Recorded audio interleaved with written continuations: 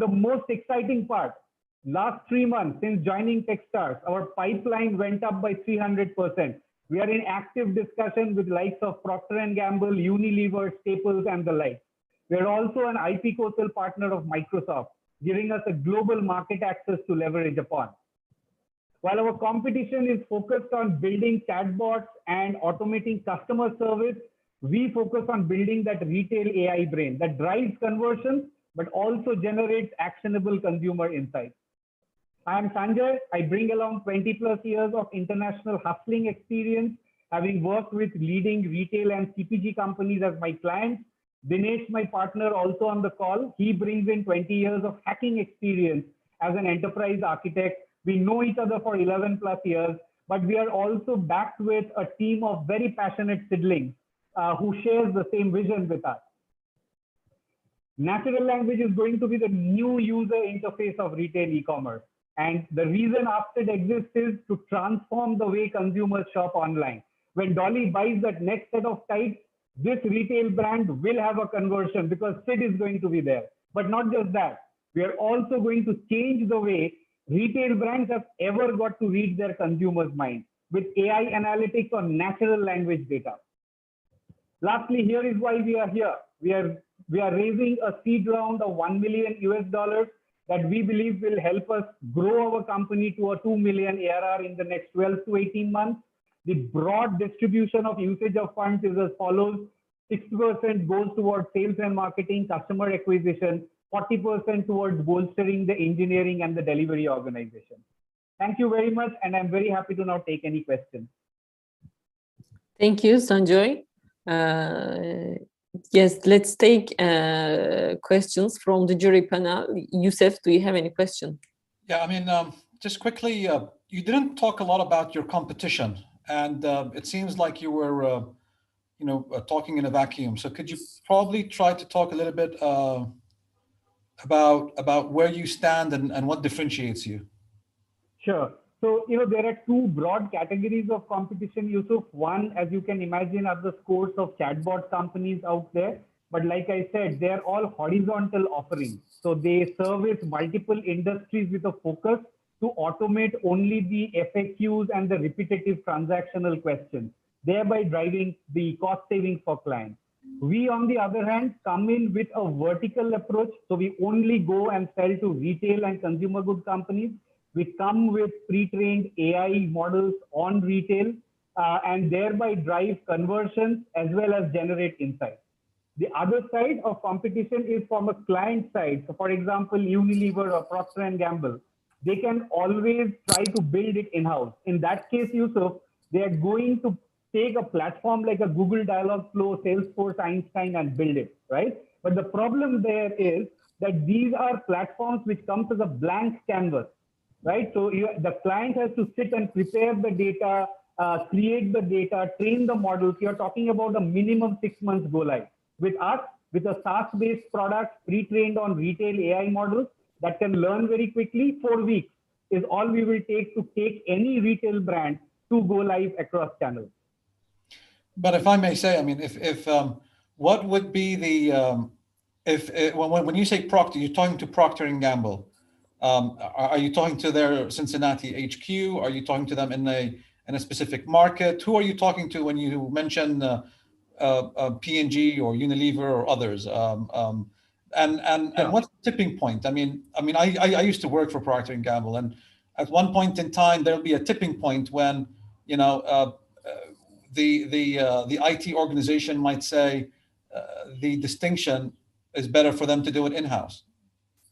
Right. So I will break it into two parts. First question, who are we speaking in Procter & Gamble? Look, we are doing a pilot with Procter & Gamble for one of their baby diapers brand in India already as I speak, and it's about to go live. That's one. Who do we sell to in a typical organization like P&G? Typically, it's the chief digital officer, Yusuf, right? And our model is based on we sell once at a global level, we prove the solution, and then every brand in every market becomes a paying customer for us from a subscription standpoint. But you're talking to the P&G brand manager in India, you're saying? Yes, yes. Okay. So the starting point as far as Procter & Gamble as an example is concerned, If I take AkzoNobel or a Danone, I am talking to the global chief digital officer who are our customers. So Okay. AkzoNobel has taken our solution to 17 countries today, right? It's being driven by global digital teams. Same happens with Danone. And that's where one of these large organizations gives us a 250K upwards of annual recurring revenue as we scale within markets and brands. Okay. Yeah. Thank you, Yusuf. Mehmet, you have a question, I guess. Yeah, I mean, it's in line with the Yusuf's questions about the go-to-market strategy. So because this is a B2B model and it needs to be driving the sales, and I see there's already traction. But how are you going to secure this growth through your go-to-market strategy? I just tried to pull out the slide, but unfortunately I can't make it full screen, Mahmood, but I think you are able to see my slide, I hope. So from a go-to-market standpoint, look, we started with direct sales, right? And essentially we got here with direct selling and hustling, etc. Now we have shifted our focus to partner-led selling. So I already spoke about Microsoft as one of the IP co-sell partner. The meaning of IP co-sell partner, Mahmood, means that the sellers of Microsoft is incentivized to sell our solution because the deal size gets taken away from their quota. And this gives us that global coverage, right? So Staples in the US is a lead from Microsoft. Unilever, with whom we are in very active discussion, is again a lead with Microsoft and the like, but not just Microsoft. It's also about, the IT services companies like Tech Mahindra, Tata of the world, right? The other piece of go-to-market is about setting our own inbound engine. So we hired our CMO, and we are in the process of setting out the inbound lead generation, digital marketing, and all of that, while direct sales will continue. So that's how we intend to take this up. Thank you, Sanjoy. We need to keep the question and answer part in within 5 minutes time. Fevzi, we will get your question as well for this first startup, but for the next one, please, entrepreneurs, just keep your responses short and to the point, so you can have more questions from the jury. And Fevzi, please go ahead. Okay. Hello. I'm an entrepreneur myself as well. I'm not an investor. Great pitch, by the way. My question is basically, I mean, there are plenty of AI chatbots in the market, right? So everyone claims that it's very easy to onboard with the product and stuff like that. But eventually, as a customer, what I'm doing is I'm still paying Intercom to have agents at the backend and reply to the questions. I mean, there is still no solution which connects to the Intercom and gets all the answers I gave throughout time, probably tens of thousands of answers, and create a chatbot from that. I mean, given the space is very, very crowded and everyone claims the same thing, how do I make sure that you deliver what they don't deliver? Right. So I think it's a great question. Once again, in very short summary, chatbot companies are all focused towards the engagement layer. Our focus is on building that knowledge base, which I am referring to. Number one. Number two, because we are focused on retail, we have our own proprietary retail ontology, a data model of the retail domain, where we bring in e-commerce data. I know no other chatbot comes with integrations with e-commerce. It's always with CRM, but we bring in catalog data, product images, and we generate that brain by generating tags from the data, generating questions and answers that this data can address, generating different ways of asking the same question across languages, right? Now, that is really the core of our solution, which is then exposed as APIs. So why only chatbots? Wolford Acris, 2 Europe customers, run their website search, is powered by the AI brain that we deliver. The second piece of differentiation is on the analytics, right? So which is about, from the natural language data, we are able to pull out, unique insights about the evolving customer needs. Again, because the AI models are trained on retail, it understands those properties, attributes, etc. And that's our, I think, the 2 core differentiations. Okay, thank you. And last question from Sami. Yeah. So quickly to keep it with Burak's request also to introduce ourselves. So Sami Abu Saab, I'm currently managing partner at Techstars, a lead mentor at Techstars, and at the same time used to be the CEO of Speed in Lebanon. So quickly, my question to you is that talking about these customers and their adoption of your technology, I do see that many of those have traditional way of operating and thinking. So I'm curious to first know quickly their feedback. What was their outcome on adopting your technology? And second, what were the challenges internally? Like, did you have to go through any change processes or other things that you had to push them to do on the management side for these solutions to be implemented? Yes, so good to see you again, Sami. We met in the program. So coming to your questions, so coming to your questions, number one, in terms of I think the first question was around the adoption rate, right? Now the feedback of customers. Yes, the feedback of customers. So one, we are very proud of one fact, Sami. We have not lost one single customer yet. Woolford, 4 years contract, renewed the 5th year contract 2021. AkzoNobel, 2 years contract, renewed it for the 3rd year. Danone, the most recent win, gave us a purchase order for 5 markets. We went live in Netherlands as the first one and 4 to follow. So that already tells volumes about the feedback of customers. These are long-term contracts, and that's why my lifetime value is fairly high, right? Above 500K at the minimum. Now, in terms of the change management and the processes, see, one thing is clear that chief digital officers are hungry for innovation, and they know that they cannot build this in-house, number one. And number two is the traditional IT services model doesn't really work because it takes time. It takes time. It's a people business, etc. And our model is very simple. We go and sell to the global chief digital officer once, do that pilot, first market or 2 markets, and it takes us 6 weeks to prove the value. And post that, the global contract follows. Then, it gets speeded up and gets rolled out to multiple markets and countries and all of that. So AkzoNobel, 18 countries today, 17 to be specific, 2 more going live in the next 1 month.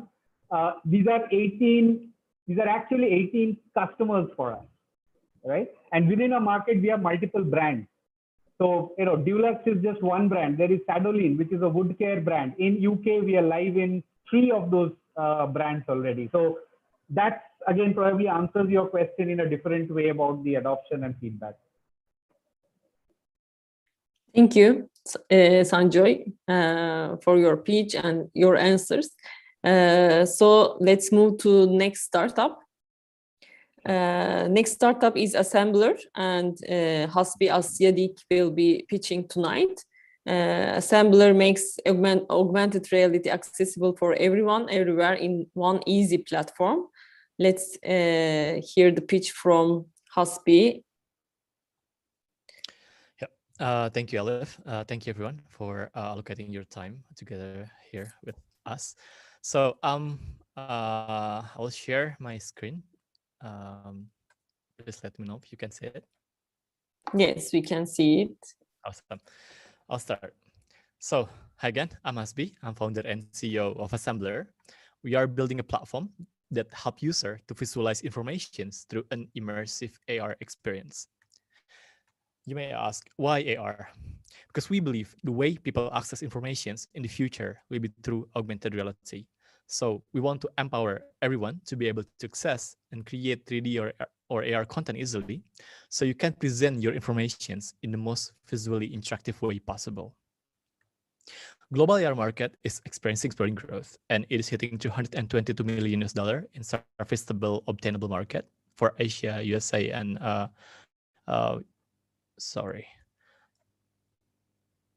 for Asia, Europe, and the USA. And this is driven by multiple forces. One is technological, which is the everyone now is having a very powerful smartphone. 4G is everywhere. Internet connectivity become cheaper and faster. On the demographic side, which is the race of generation Y and Z, which is the digital native generations. And also, businesses is starting to adopt immersive technology into their business activity. But the problem is making AR content is really painful. It is multidisciplinary and long process. For your informations, this is how typically AR content being done today. So user have to create a 3D model, build the animations using professional 3D softwares. And then you still have to bring to another software to add some AR programming, add some interactivity, and they still have to deploy to iOS and Android to make it available for the users. And this whole process took months and very expensive. So our solution is we simplify the process. So making your content can be as easy as drag and drop. So you can add the object, 3D animated object from our library. You can add some text, interactivity, image, video, and all can be done within minutes. And also you can import your own 3D if you have already built using other software too. Yeah, you can create it using a Summer app running on the iOS and Android, or on the Summer Studio that's running on the Mac and Windows. So in terms of use cases and go-to-market strategy, there are two sectors that benefit most. One is businesses. They use Assembler for product marketing. So say this example, like Ducati, they are presenting their big bike to their customers, so their customer at home can check the product in front of them in their comfort living room. They can customize the bike, like change the colors, change the accessory, add some things here and there, and then until they are comfortable to talk to the sales guy, for instance. And there are some other big names here, our trusted partners, our paid clients. They use Assembler, even though they comes from different verticals, but there's one thing that is similar, which is they visualize their product, they visualize the information to their audience. And because of our technology is so simple, we see some tractions in education's use case. Our platform started to be used by school, university, teacher, students around the world, including MENA region too. It's quite high, and they use Assembler for visualize the lessons to be more interactive, to be more two-ways and collaborative, and of course engaging. Because of those two sectors, there are some tractions that we got from the end user, from the individuals, which is we got like 23 million AR content viewed. We got 1.6 million user-generated AR content, which is the content that is created by the users for their own audience. We got 2 million downloads on the iOS and Android without spending any money on the marketing. We generate $250,000 early revenue. We got the 1,500 internal AI library, and this number will only increase when we open the marketplace for our creator too. So why now? As we know, 5G and smartphone is everywhere. Internet is very, very fast, and internet become cheaper and faster. And all the content created by Assembler can be easily accessed using nowadays gadgets. But not long from now, 5G will change the game definitely. So 5G has the capability of like 100 times faster than 4G, and definitely will change the way people interact with informations, the way people consume the content. And also, the giants like Apple, Google, Microsoft, and Facebook, X-ray band, they are preparing the next device that will eventually replace the smartphone. And these devices will be ready in 2 to 3 years from now. And once these devices out there for the mass audience, we already have millions of content ready to consume, ready to deploy, ready to access. So in terms of monetization channel, it is very simple. If you are familiar with Canva, we are like Canva for AR. So also the business model too. So you can subscribe to the platform, and you will have access to exclusive content or exclusive library. You can subscribe by personal or bulk subscriptions if you're institutions or like or a company. Also, if you're not comfortable with subscriptions, you can still have the access to the platform for free. You can use all the functionality, but say you need a T-Rex model for your project, you can purchase it in our marketplace as cheap as $1. So this number will link to the million of attractions that's happening right now. In terms of recognitions, we've been featured by Apple several times as an app of the day, firstly in the US, and then several months later, they promote us to be featured globally, worldwide. And also we are so lucky to join the Techstars family. Also, we are alumni of Facebook Accelerator and Plug and Play. In terms of financial, we are raising $1 million US. Previously, we've raised 620,000 US dollar from VC, and this fund will be used to go to market mainly because we already have product, we got tractions, we got demand all over the world. We want to grab that opportunity, so we want to go to market at full speed, and also finalize our ecosystem, which is a Assemblr app for mobile, Assemblr Studio for desktop, and Assemblr Marketplace. To serve both the platform. In terms of exit strategy. Sorry. Is it time up? Yeah, it's time up already. Okay. Yeah. All right. Let's Actually, I'm done. Okay, great. Okay. Let's get questions from the jury. Otherwise, we won't have time. Okay. No worries. Okay. Okay. Thank you, and good traction. Thank you. Thank you, everyone. Yes. Any question from the jury? Sami, Fevzi. Let me go first this time. Okay. Did you ever consider 3D printing as an opportunity for you? Yes, actually, there are some use cases too that happening. So on our builder, there's a 3D exporter. So those who create a 3D from scratch in our platform can export their creations into STL format, which is they can print their creations by using 3D printer. Also, Google SketchUp has a similar viewer, right? Am I right about this? Yeah, but they are quite sluggish, heavy, and not for everyone, because SketchUp is for architect. I believe the learning curve is also steep. So what we do is we simplified really simple. Like you can create the content like as simple as drag and drop, add some interactivity here and there, no code required, no technical knowledge required. You can publish it within minutes, and later when our web viewer ready, you can create AR content and then you can deploy it through browser. So it's only a link. So user don't need to install any app. They can just access AR content, just simply hit the link. You can embed it in e-commerce, in a website, social media, everywhere, all over the internet. If I can, well, if maybe I missed it, but I remember I didn't see the curve of growth that you wanted to achieve from a revenue perspective. So you're going to get $1 million. What are you going to do? Where will you be? And then you're spreading it across 24 months. So what's the impact that you wanted to achieve? The second point is you already said you raised $600,000+. So what were the KPIs associated with that raise? And what confidence level do you have that you would deliver with the 1 million? But I didn't see really a financial curve that showed your growth projections. Yeah, apologies for that because the time constraint, I skipped that slide. But anyway, for your information, our tractions now hitting like around 80,000 active user per month. And with the investment, definitely will grow the library, will open the marketplace for our creator. It will exponentially increase the number of content available in our ecosystems.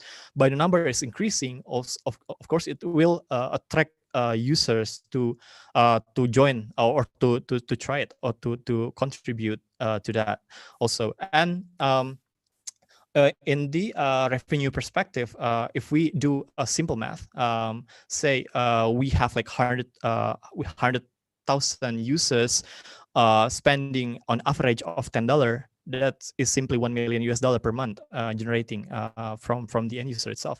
So that's only from 100,000 users. We have now like 80,000, like extra to 20,000 is achievable.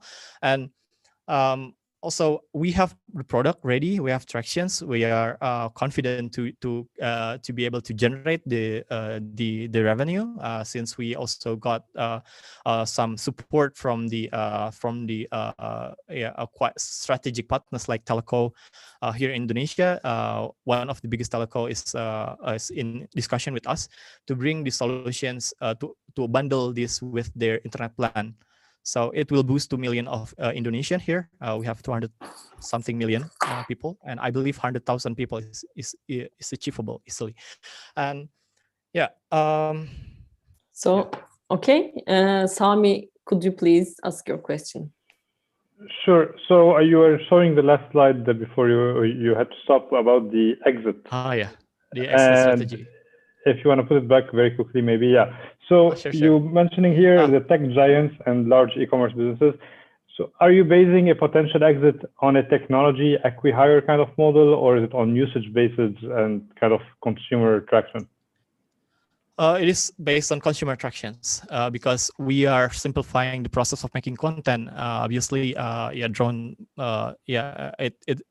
proven that there are 1.6 million content generated by the not technical users, right? And I believe giants they develop the glasses, but definitely they will need a content to fill their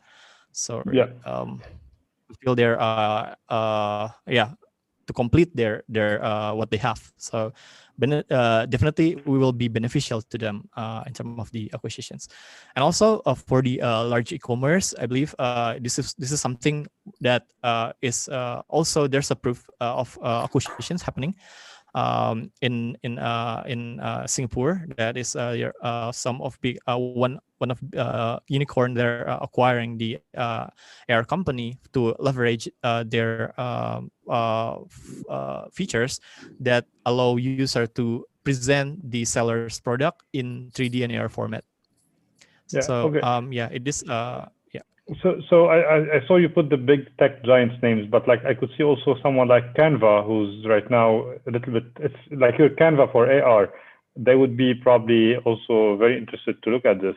So I guess my other question too is that like if someone comes and tells you I'm gonna acquire you today, what would stop you from exiting today versus in 5 years? Like what's the rationale there? You mean if we exit today, and why is that? Someone comes and gives you an offer today to exit. Would you exit or not, and why or why not? We can actually, because we got quite huge tractions. We have some big name in our pipeline that is helping us to bring Assembler to bigger audience also. Yeah, we can, but we believe that we can achieve even bigger because it is more and more people realizing that immersive technology is a must, not only like nice to have. And of course, when 5G is coming, we also hear from the teleco that 5G attack is one of their focus roadmap. Augmented reality is one of their focus roadmap on the 5G advancement. And we believe will be even more relevant in coming year, and I think that's inevitable. Cool. Thank you. Good luck. Thank you, Sami. And we will get the last question from Mehmet. Malcolm, sorry about that. Sure. There is a button. There is a button on the screen. Raise hand. If you press that button, it will be easier for me to see. And please, Hasbi, keep your answer very short. Okay. Thank you, Elif. Okay. So you have a very wide range of business lines that you will be serving as a customers. So who's actually the lead customer segment that you're actually targeting? Because this is a huge variety. Canva is started with startups and those kind of companies who want to create logos and their company portfolio products or commerce sites and stuff. So who's that? And the second thing is we see the exit potentials to the big guys, but who's the competitor here? Is it Adobe or other things, or who's coming along your way? So who's gonna hit you on the road? Because there are similar products that have designed for the existing interfaces, but all the big guys are also working on the same area. Who's gonna hit you before you exit? Okay, so the first questions is basically early adopter, right? Those who like benefit the most at the especially for this early stage. So mainly they are creatives or like creative agencies that they have a link to the brands that they help brands to leverage whether it's a campaign, marketing activity, that they use our platform to help the brand to visualize that to bigger audience, or to brands customer. And also that's a good strategy for us because that's $0 marketing user acquisitions, since the brand actually paying us, and our platform is exposed to thousands of brands customer. And the second questions, sorry, what's the second question again? Where's the competition? Who's going to hit you? Oh, competitions. Competition? Yeah, all right, sorry. So for the competitions, currently we have if we can compare like apple to apple, it's kind of different. Like Canva, we would love to say it Canva, like because our approach is the same, our goal is the same, but the main difference is Canva is 2D, is 2D image. We are 3D and AR. So I believe and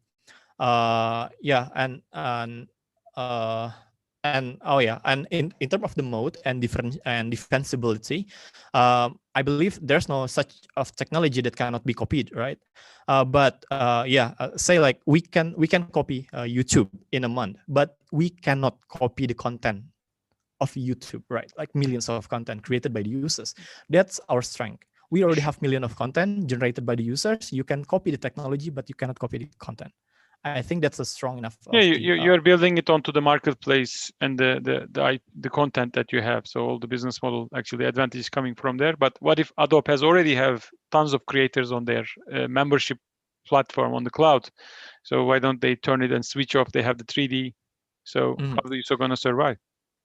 I believe Adobe is labeled for designer, and what we have is a very simple tools for everyone. Really, it's not only for designer. You don't need to understand how to operate even Photoshop like that.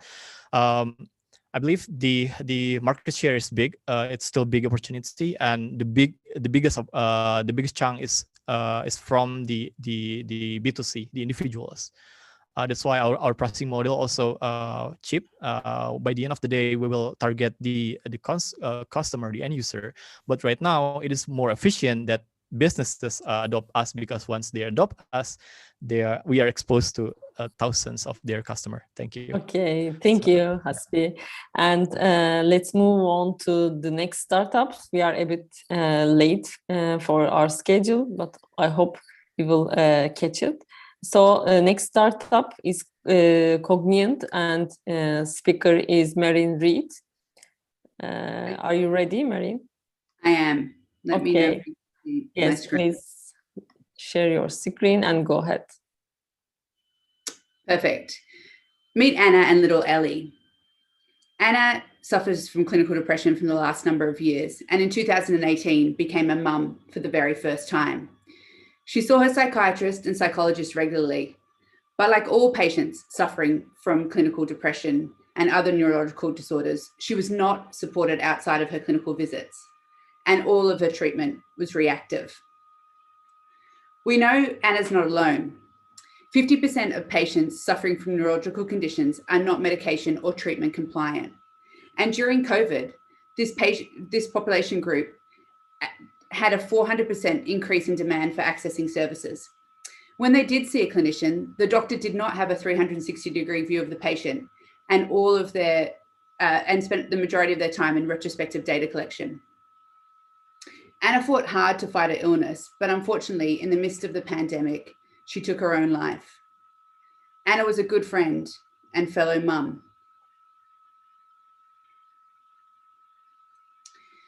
We at Cognient knew there had to be a better way to support these individuals before they relapsed, or in Anna's case, before it was too late.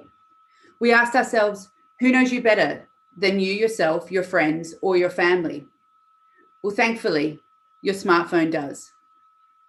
At Cognient, we've painted a solution that allows patients to be tracked and monitored anytime and anywhere using digital biomarkers. With patient consent, we use smartphone-based data sensors to track when a patient is likely to have an episode of relapse. We can track over 100 digital biomarkers, including sleep, executive function, speech, and movement. To use the platform, the patient is onboarded through their clinician. In the back end, the digital biomarkers passively collect data. In the front end, the patient is empowered to manage their own conditions through the patient companion app, which allows them to track, monitor, and educate themselves. This passive and active data collection is aggregated into a clinical dashboard that provides rich data insights to the clinician to optimize their workflow, but also provides a risk prediction score for each of their patients. This is a paradigm shift in terms of how healthcare is delivered today. 100% of our clinicians use our platform every single week. They save 40% of their time on consults, allowing them to spend more time with patients in treatment. Hospitals save $2.5 million per year in estimated unplanned hospital visits, and biopharma save a staggering $1.6 million per day in accelerating clinical trials. With 450 million people suffering from depression last year and 320,000 clinicians supporting them, there's a global market of $2.4 billion. We are B to B to C business model, and we currently have 2 revenue channels. One is paid research collaborations that's allowing us to be clinically validated, and 2 is an enterprise subscription model focused firstly on providers and in the future biopharma. We are different. Cogniant is the only company in the world that is focused on both real-world evidence and digital biomarkers for neurological conditions. Since our launch, we now have 32 clinicians using the platform, 3 enterprise hospital systems, 5 clinical trials in Singapore and Australia, and $400,000 of revenue bookings this year, and $1.5 million in the pipeline of academic and commercial partnerships. We have partnered with the leading academic and commercial institutions when it comes to neurology. They're supporting us to be clinically validated and with our go-to-market. In the next 24 months, we're really looking at finishing our clinical trials, publishing those evidence, getting regulatory ready, and signing up a couple more commercial partnership deals with some of the pharma companies to reach that 1.2 million ARR by the end of FY22. I'm Maureen Reid, CEO and co-founder of Cogniant. I've led digital healthcare teams in Accenture, in IQVIA, and in Deloitte, and have managed portfolios of over $50 million annually. My co-founder, friend, and CTO, Niraj, has led teams of 20 engineers and exited a startup successfully before. We are supported by a strong team of expertise in digital health, clinical psychology, data science, and neurology. We're asking for $750,000 to really support our hypergrowth through primarily product development, a couple of strategic hires, and then through the market expansion. We're health tech compliant. We've got an international patent filed, and we're a proud member of the Digital Medicine Society. Cogniant's mission is to redefine healthcare through technology. We're accelerating neurological research and empowering individuals to manage their own conditions. Thank you. And thank you, Marin, for this great presentation. Do you have any questions? Malcolm, we can start with you if you have any question. Because I mean, the question I have, I work with a couple of non-health compliant anxiety apps in this area, and also some emerging companies in breast cancer. Let's say, like, once people are diagnosed with breast cancer, what type of post-outpatient support do they get, which is very little. So I would ask, what are the main categories of diseases? What are the sizes of those in terms of revenues? What's the TAM here? I mean, it seems pretty small. And what's your growth rate? You mentioned this great growth rate, but what is the growth rate? It seems like it should be huge right now, but what's the long-term growth rate? Yeah, good questions. And it might be great to connect offline with you separately if I don't answer all your questions now, because I'd love to hear about the companies that you're working with. In terms of growth rate, we're growing 80% year on year through our clinical trials at the moment. And that's primarily our first revenue stream. We also do have recurring revenue through our enterprise subscriptions with those 3 enterprise health systems. In the future, we're aggressively getting clinically validated because we are the only company that has taken that route. It's a long route, and we're coming to the end of that journey in terms of being able to pivot into the biopharma space to support clinical drug discovery. And that's where we see our hypergrowth coming from. So we know that there's 54, biopharma companies in the world that are supporting neurological conditions. And if we can accelerate their neurological research to bring their drugs to market faster using our population data sets, then we're going to grow at approximately 200% year on year. Each of those contracts are worth anywhere from, $500,000 to a couple of $1 million. Thank you. And next question from Sami. Yes. Hi, how's it going? So great progress from last time I saw you guys, and I think got a very long way. So quickly, I remember in the past, like you had the customer at the center of your value proposition and of your experience, and you wanted to make sure that things are 100% customer centric, like the C side of your B2B2C. And we had that kind of debate back then on whether you want pharma or insurances or others to be making money on the back of these consumers. So where are you today on that front, and how did this evolve? Yeah, great question. I think that for us, the patients are still at the center of everything that we do, and that's our central focus. I think for us, what we know from our clinical trials is, the adoption rate and the stickiness of our app is there. What we see us driving real impact is actually being able to support these individuals earlier through, more specific and individualized and personalized treatment plans. So that's where we're focused at the moment. And whether that comes through their providers and clinicians, so whether that's provider based or whether that's biopharma supporting them in some of, the evolution of the drugs that are available to treat their conditions, that's where we want to play. So we're to your earlier point, we're staying away from insurers now these days. Good to hear. Best of luck. Thank you. Youssef?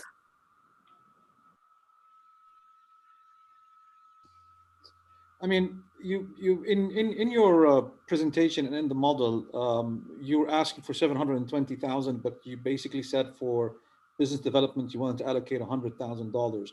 Although I see that this is quite heavy on B2B, so heavy on the.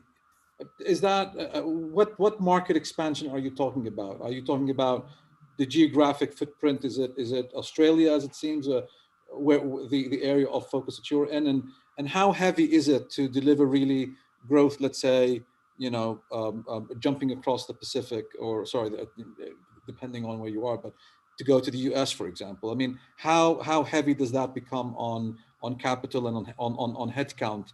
And how much do you depend as a ratio between people adopting the app and you having a direct face-to-face selling to convert people towards where you want them to be? Yeah.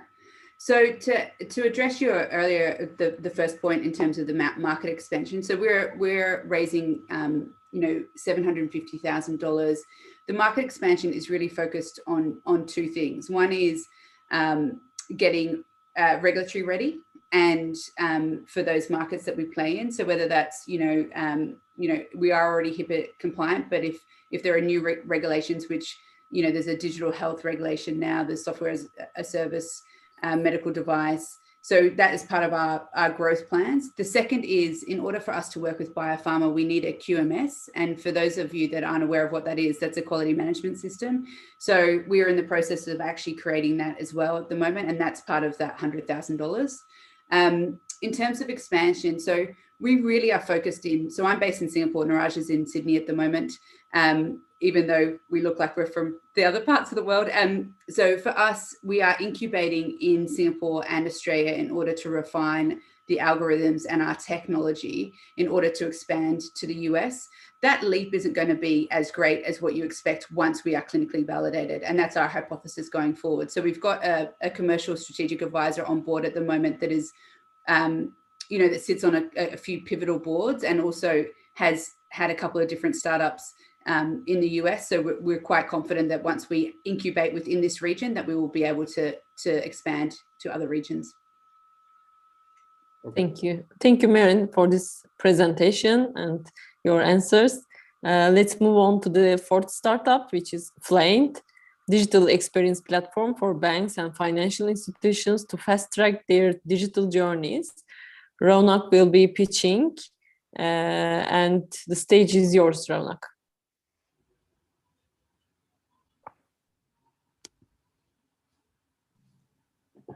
Thank you, Olive. You're welcome. Go ahead, please. Yeah, thank you for your time, everyone. Before I start talking about Flaced, I'd love to introduce you to the people that make Flaced and how we got started, as that in itself is the reason why we are inspired to do what we do. Krish Gopalan comes from a strong technology background. He has built enterprise products at Oracle and HP in California for the last 15 years and is the chief architect behind the Flaced platform. He's also a second-time founder and brings with him learnings from his fintech experiences. Jeff comes from a strong product development and B2B marketing background within banks in the US and has also worked across multiple startups. And I come from investment banking and private equity, having advised and invested in financial institutions.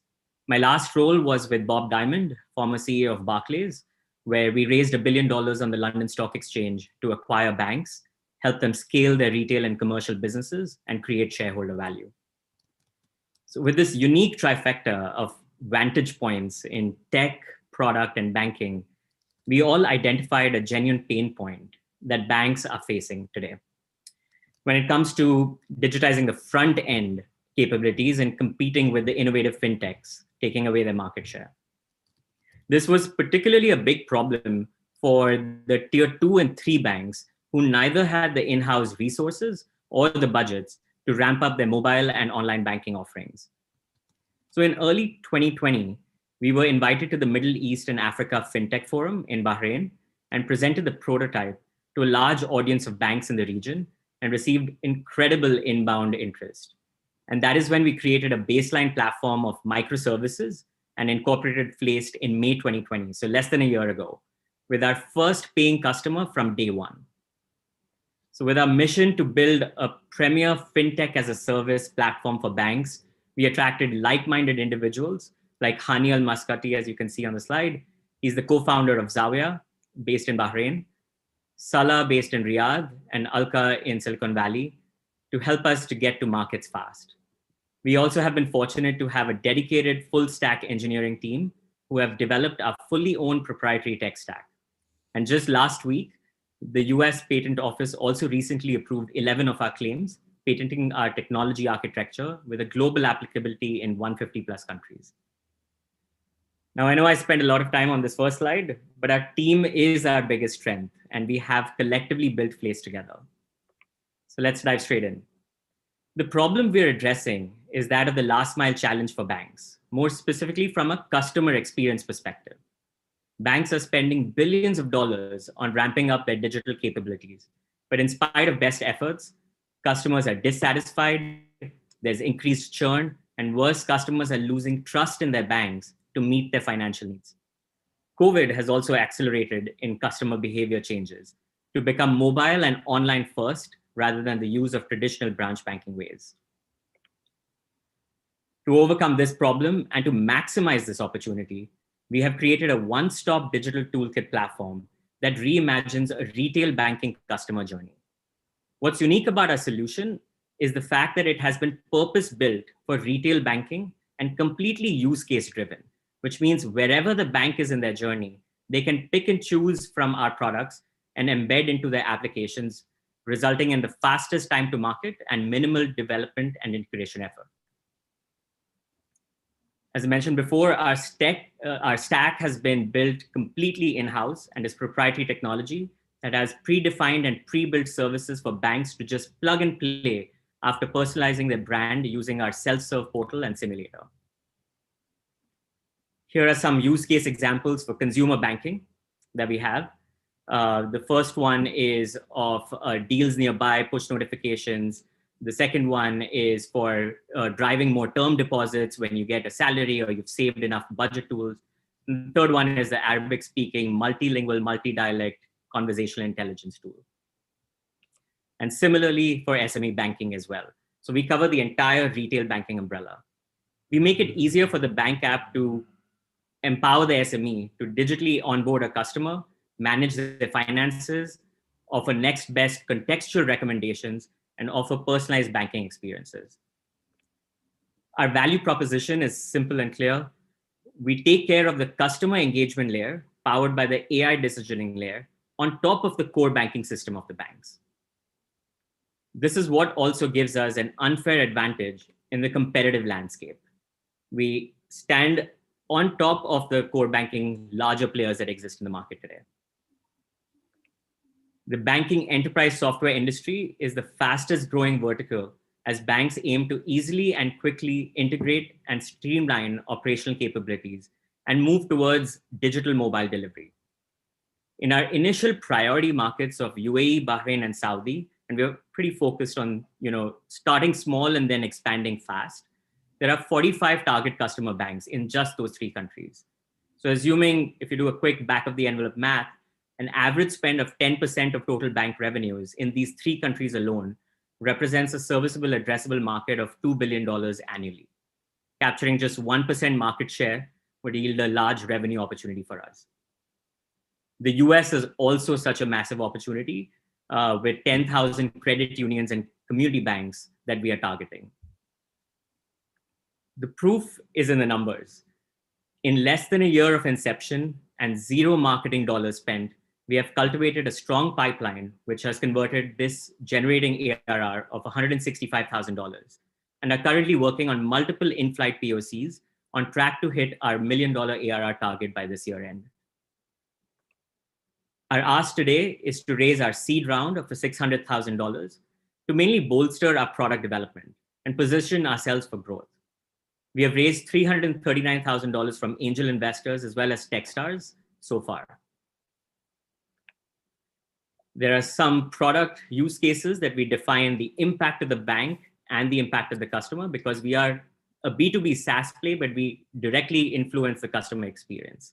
So this is digital onboarding, conversational intelligence, predictive analytics, payments. Okay, great. Thank you so much for your time. Yeah. Thank you, Raunak. So let's start with Malcolm. Yeah, please go ahead. Raunak, nice to meet you. I also worked with Bob Diamond at Goldman Sachs, so I know who you're talking about. Awesome. In my far back in my past. I'm running a small regional incubator in Sarajevo, and I also go back and forth between San Francisco, where I'm from. I'm now a professor in economy, and so that's just a little bit about my background. I used to work in banking. I like your idea, folks, but I don't see how you will jump to the US so easily. I'm also amazed that just in general about the companies, how little of money you're asking for. Okay, so in order to really scale, you must have some very well-paid but interesting colleagues working with you that don't take a lot of pay, obviously. I guess you laid it out. My initial question was about use cases. Really, after you're presenting, I'm kind of like, okay, what's the wedge product out of all that stuff that you pitch these banks? What is your wedge product? What's the thing that's getting them to bite? And why would you just focus there instead of trying to eat the whole elephant? Sure. Great question. And thank you, Malcolm. I'll definitely say hi to Bob for you when I meet him. So going back to your point on $600,000, why the minimal seed round? I think our strategy internally is not to pay to play. So our goal is not to kind of raise money to increase our sales team so that we can then go to market faster. Our focus is to build products, and I'll finish on that point so that it attracts you more, is to kind of get those pilot banks to prove our use cases, to create value for them. Because what we've realized in the Middle East, it's a relationship game. And they need to see examples of the banks that have done it, and then they will kind of copy paste those same ideas into their internal banks.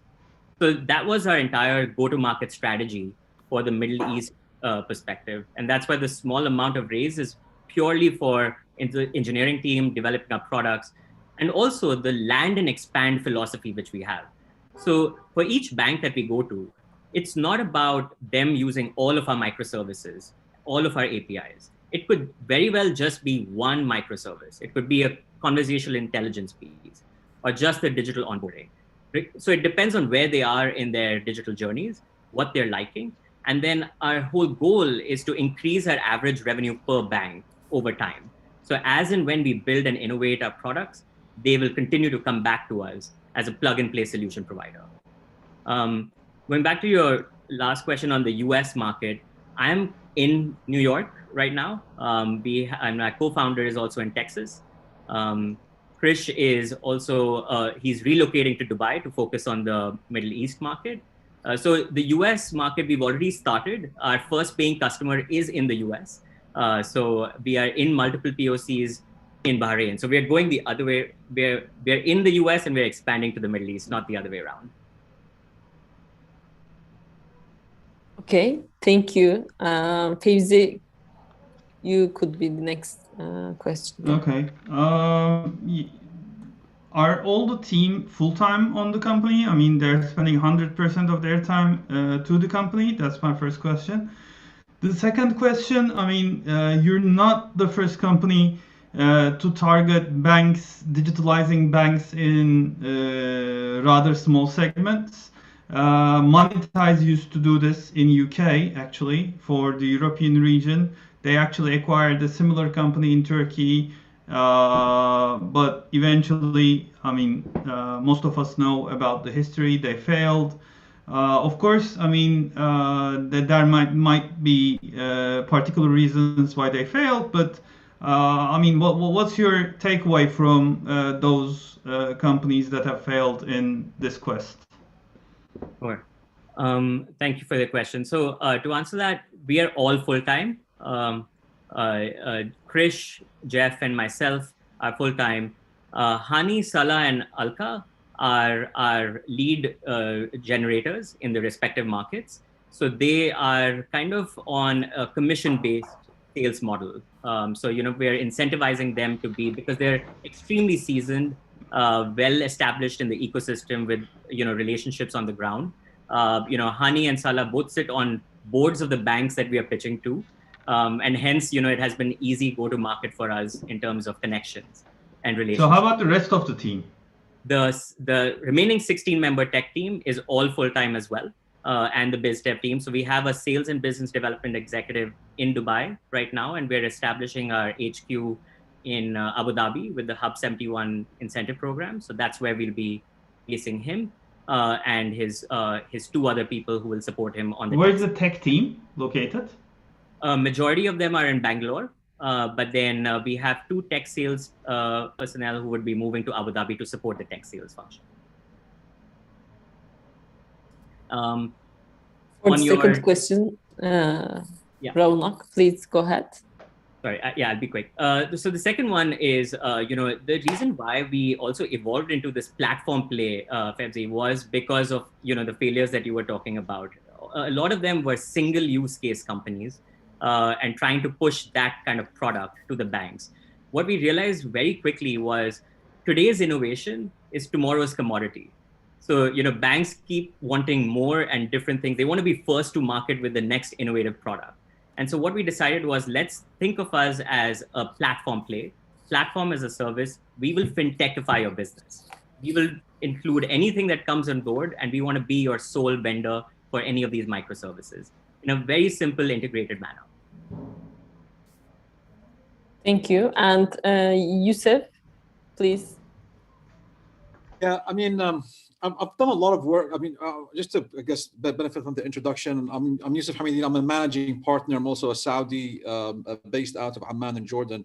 And I've done a lot of work with the financial and banking sector across the region, and specifically in Saudi and in Jordan. And a couple of banks that I've come across, their internal IT organizations are developing what you're doing. So I think one of the interesting things is and they're looking at it as a potential spin-off to launch similar platforms so that they can sell it into the banking sector. So, you know,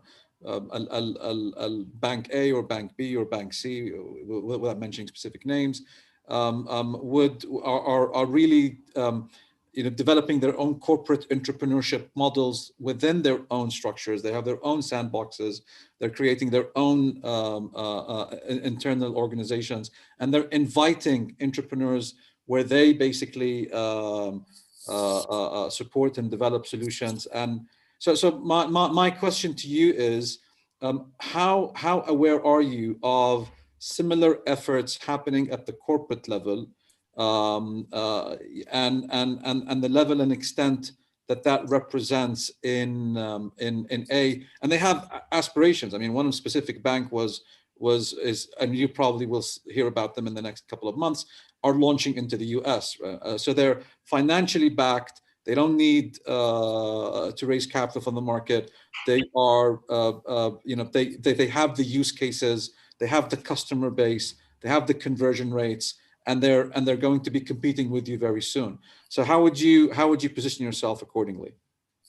Thanks for that, Yusuf. And I did not add this to the slide. So very well aware of these large banks and these initiatives that they're doing.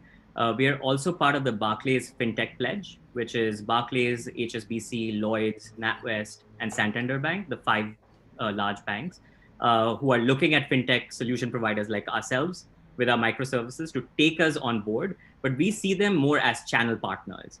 They're taking us to the target segment that we want to go to, which they don't really have an interest in kind of servicing, which is the tier 2, tier 3 banks, which is the credit unions, community banks. There are 10,000 of them in the US. That is a sweet spot for us, where we don't see much competition from in-house development teams, but also these larger banks which are developing their own solutions. And similarly, like, Capgemini as a channel partnership is a very strong one to kind of take us to market to these sweet spot clients which we are going after. Because let me be specific. 2 specific banks are building a platform that they want to sell into the market.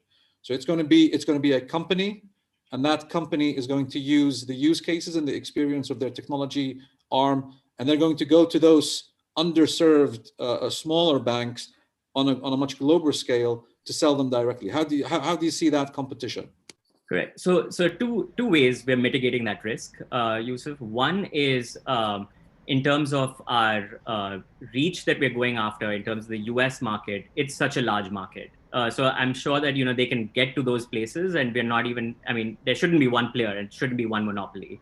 But the second one is, because of our platform play, we're not defined and restricted by this use cases which those banks are evolving and developing. So we could kind of potentially cater to the GCC market, which is focused on the, kind of the blue collar workers, financial inclusion in Africa. Those could be our sweet spots, which we could develop payday loans, buy now, pay later schemes, things like that, which could then benefit those banks in the region. So it doesn't necessarily have to be apples with apples comparison.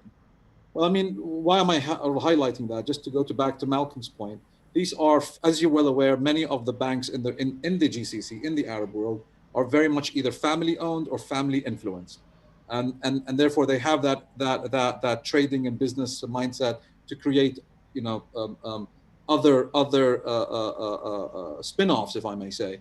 And the ask that you have of 600,000 and the model that you've created so far, that basically gives me a sense of concern that you're in a way going to go head to head with people that don't have restriction on cash, very much second generation driven family bankers or family offices that have worked in the banking sector, and your ask is $600,000 in that very much competitive landscape. So just a point of concern and something to highlight. Completely agree. Thank you, Yusuf. And we are such a young startup, less than a year in business, and we're happy to talk to you about how to kind of scale faster and partner up with you and be capital efficient for sure. That's our mantra. Thank you all for the questions and answer, Ronak. So let's move on to the next startup, which is Claim. Karim, are you ready? And yes, meanwhile, Claim is if you are. Please go ahead. I am ready. And just to honor our Turkish hosts, benim edim Kerim ve claim in CEO suyum. I don't know if it's good or not, but yeah, it's good. it is what it is. Yeah, it's good enough. Thank you. Yeah, Thank you. let's go ahead. I'll add you 1 minute more to your presentation. Okay. So at Claim, we are a fintech, but we specialize in healthcare, and our ambition is to really simplify healthcare billing. So in countries where there is prominent insurance system, we go to the doctor and we present our insurance card. We end up paying a very small portion of the medical bill. The rest is being taken care of by the insurance company. Now, for the hospitals, clinics, pharmacies, and laboratories to get their money from the insurance companies, they need to submit a medical claim and attach the necessary justifications for it. And this is where the problem really begins. The insurance companies make it extremely difficult for them to get paid. They use a couple of tricks. The first one is that they have built a very complex process for claim to be submitted in order for them to be approved. When we look at the US, for instance, the excess administrative cost burden is costing the US healthcare system $250 billion. Trick number two is that when the claims go through this massive process, they get rejected, costing hospitals up to 15% of their revenue. Now, granted that these rejections, 50% of them can be salvaged, the rest are non-recoverable. But guess what? Because our providers, healthcare providers are very busy, they don't even have the energy to go and fight for the 50% that they can claim back. Now, when the claim has to be paid and there is no other choice for the claim to be paid, the last trick that the insurance companies pull out is that they don't pay them on time. And this is very prominent in the Middle East, at least, with sometimes rejections going up to 6 months. So to solve this problem, we need two things. We need an efficient way of managing the process, but we also need liquidity. And both of them have to come together. And this is why we've created this unique fintech combination. So Claim is a SaaS platform that does smart claim management and also a funding vehicle called Claim Capital that purchases medical claim from hospitals, clinic, pharmacies, and laboratories. We leverage medical data in a digital format. We have currently 2.3 million claims in the system to generate advanced algorithm for us to predict risk. So on the technology side, we replace those screens that you might have seen when you go to see your doctor with an outdated user experience, complex manual data capture, and prone to human errors by a very modern and user-friendly, almost lovable user interface. This is at least what our clients are telling us, that automated data capture, and most importantly, expertly guide the user so that they don't make costly errors. An example of smart automation, here we enter the insurance member ID. Our system detects automatically some of the fields without necessarily having any configuration or any data that is saved in the platform. It just does it with machine learning and through historical claim data that is not even entered in the database. Another example of automation we use, and this is like right off the bat today that I received, we go and extract automatically the information from health insurance cards with optical character recognition and propose to the end user entries to avoid also mistakes on the demographic when the claims are being submitted. Now results, claims are being submitted 3 to 7 times faster, and the rejection rate declined by up to 80%. So that was on the platform side. Now, what about the capital and the cash flow side? So we maintain the same workflow whereby the provider submits the medical claims to the insurance companies. We go and purchase those right to the claims. We pay the providers instantly, and then we wait patiently for the insurance companies to pay us. Now, the trick here is that we need to make sure we pick the right claims. This is where machine learning comes into the picture. So we leverage the proprietary healthcare claim data that we have to assess risk and make sure that we pick up the portfolio of claims that are giving us IRRs for above 40%. Our unique competitive advantage is we are 3-in-1. We are what financial institutions do. We are what software and electronic health record vendors do, and medical billing services company do. And that's what is giving us our unique advantage. We are tapping into a digitalization wave with a strong push from e-government health digitalization in the Middle East. The wave started back in 2012, and I would love to know more about the Turkish market. It's a very interesting market from an insurance perspective. And recently now in Oman and Saudi, the governments are following the path of the UAE. And that's why we are now also going aggressively into these markets. When we look at the Saudi and UAE alone, and that's like a micro snapshot of the problem that we are addressing, we're looking at $8 billion of claim volume. And out of that, we would like to take 5,000 providers, equip them with our platform, and deploy up to $300 million of funding to help them with liquidity. We make money in two ways: through an annual SaaS subscription and through claim factoring. And the two part of the equation work really hand in hand. The SaaS subscription is giving us a recurring revenue and also giving us very sticky way to access to medical data because they use the system on a daily basis. And the claim factoring leverages that data to do due diligence on the claims and on the insurance companies and also the provider behavior when it comes to claim submissions. So since we joined Techstars, in December 2020, we were not even incorporated. We've raised $380,000 that was oversubscribed. We've secured $2 million to purchase receivables. We have completed the seed round for $1 million, signed an MOU in Saudi with a local partner, and led up our first deal in Saudi, got certified in the Saudi national platform, and now we are seeing tremendous traction. Therefore, we are raising additional money because the money that we raised is not enough. So where we are at the moment, we have $1 million. We have raised $1 million in 12 weeks. We have built a pipeline of $700,000 in just about 60 days, 60 license facilities using the platform, $2 million secured for factoring. And we have also been expanding our commercial effort on enterprise level and government effort in Saudi with a $4 million pipeline.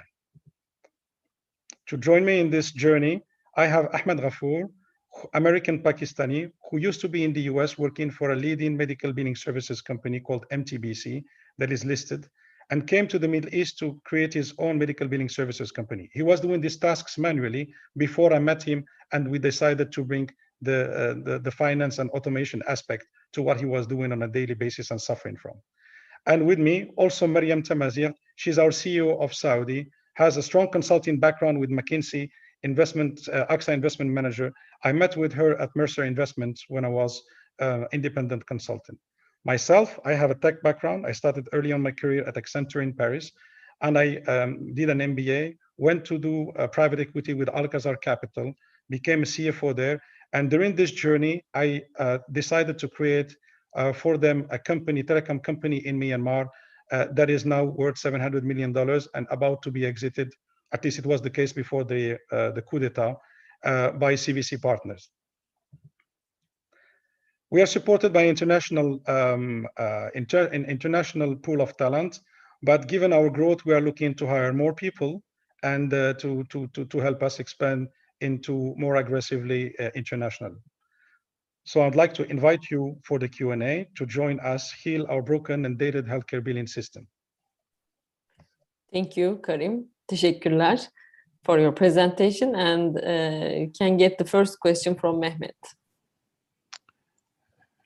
Karim, thank you. I think a great presentation and merging these two value propositions into one basket really makes sense. My question is about, this is a very regulated area, both on the financial industry and also on the healthcare, especially in the sense of data exchange and so forth. And you will be extracting the health data and then sharing with the insurance companies in order to make this transaction smoothly.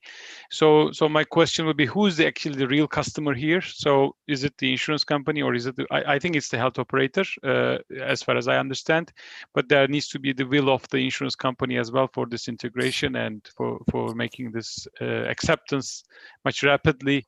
And they are having the challenges of the collection of that data from the hospitals as well. It's a pain for the insurance companies too. So my question will be, in this high regulated two environments, one finance and healthcare, and plus opening to other markets where the health data having challenges on interoperability. Especially in markets like US, and there are many, major players, but they're very closely structured players. I think one is Epic, and the other one is McKesson, and so forth. So when you are planning to go to these markets, how are you willing to integrate with these technology providers? Because you're entering into the healthcare operations solution provider as well, along with a fintech solution. So from an integration and from a regulatory and competition perspective. So Mehmet, very, very good point. So there are a couple of questions that you have raised, and just want to rephrase to make sure that we'll address them. The first is related to regulation. Second is related to interoperability. Okay. So the first related to regulation, yes, absolutely right. There are healthcare and financial services are both regulated, and taking both is making it extremely unique, but also challenging. So the way we address this is as follows: first of all, we always start with the SaaS platform. And the SaaS platform is, we just need to comply to regulations like HIPAA that we are complying to be able to access and mine this medical data. So I think that makes it a bit easier to deal with. Now, on the fintech side, it will be country by country. And the beauty is that the fintech can only come once we have the platform ready with enough data to run our machine learning algorithm and risk models. So for instance, in the UAE, if we buy receivables on a non-recourse basis, it's a non-regulated entity. Okay, and we've done the legal opinion for this with an international law firm, and we are ready to go with the incorporation of the vehicle. In Saudi, we haven't started looking at, because we are looking at deploying the technology and integrating with the national healthcare pipeline. Now that perhaps answers the regulation. It will be country by country basis. But also it creates a significant barrier to entry, because then you have to go through this, you have to prepare ahead of time. Hence also the reason why we are raising more money, because we want to go internationally. We want to exploit countries like Pakistan, Morocco, Turkey, Philippines. But for that, we need to start early on, having dedicated teams on the ground, doing the groundwork, talking to the operators and seeing how we can do that. Now, on terms of the interoperability in the Middle East, the government has put in national pipes that standardized and make our life easy. Okay, so they have mandated, and they said, okay, everybody comes to this pipe, whomever wants to submit a claim has to use this protocol and connect to this and get certified. And whomever insurance company wants to submit a response, they have to do it through the same national pipe. In the US, as you mentioned, it is very, very fragmented, and those pipes could either be government or could be private. So our focus is to in countries where that national pipe has been set up, like Saudi and Oman, where it's very, very new. We want to be at the forefront and build on top of the national pipeline. In countries like Pakistan or Morocco, where there's no national pipeline, we want to build the national pipeline. Obviously, it's ambitious, but once you have it there, it's like a tollway. You sit there and then you just collect the money. So, but it's also very challenging to do. So this is basically Karim, please, could you please just wrap up, because there are like 3 more questions and we are already out of time. Okay, so sure. Thank you. Thank you. And let's get the next question from Sami. He's been quiet for a while, so let's hear from him. So yeah, my question is a little bit, you're getting into the claims business, and that's a messy world out there, let's say. And there are so many risks and liabilities you're undertaking by being there. I understand that you're trying to focus on the technology aspect of it, but what are your liabilities and how are you mitigating those? So the liabilities is the ability of having claims being rejected and not being able to pay them. So first of all, is we are mitigating that significantly with technology, because again, we collect a lot of data. As mentioned, there are 2.3 million claims today in our system. Every day we add quite a bit and that help us build more and more powerful risk models. That's going to predict what would be the probability of having claims being rejected, so we can pick the right one. So I would say that we mainly leverage it with significantly with data. Then we have an element of human to double check this, for, let's say, 10% of the after the machine has been doing the initial assessment. And we also do before getting, or we are planning to get doing on-the-ground diligence before we onboard healthcare providers, at the beginning of the relationship. Okay, thank you. Thank you. Youssef, please go ahead. I mean, two questions. One, I really see that this is a very high risk, in terms of what you're trying to achieve. But one, you said that you have 2.5 million claims in the system, but you mentioned that you need to learn to improve to sharpen, let's say, the arrow, in terms of your ability to.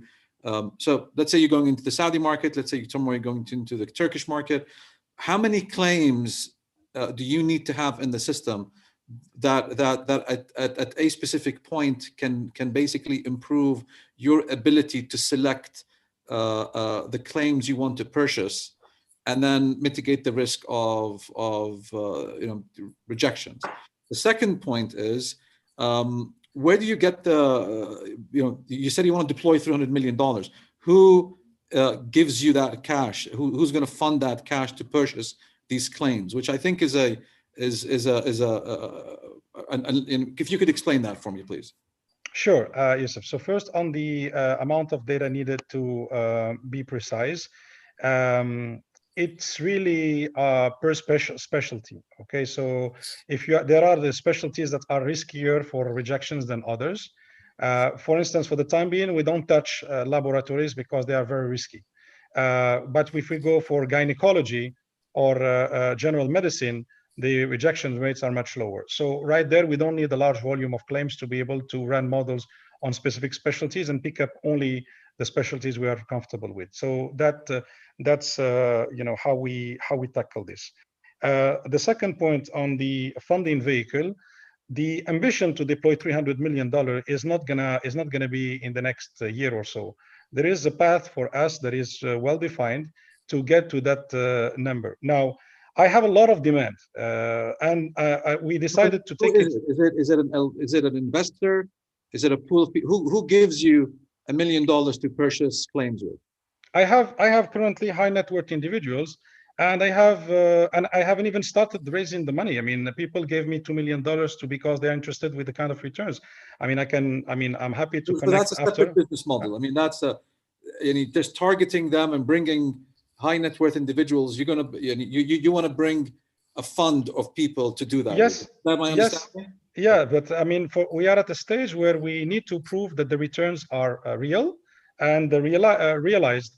Once we do that, after 24 months, we're going to be able to raise senior debt on an asset-based lending, collateralized at a much cheaper rate, where we're going to be able to have a lot more capacity. Just my 2 cents, but you have so many so many buckets of risk all over the place that make it very complicated for me to go ahead with this. But at least my 2 cents. I would love to see how you're developing this, and really look forward to it.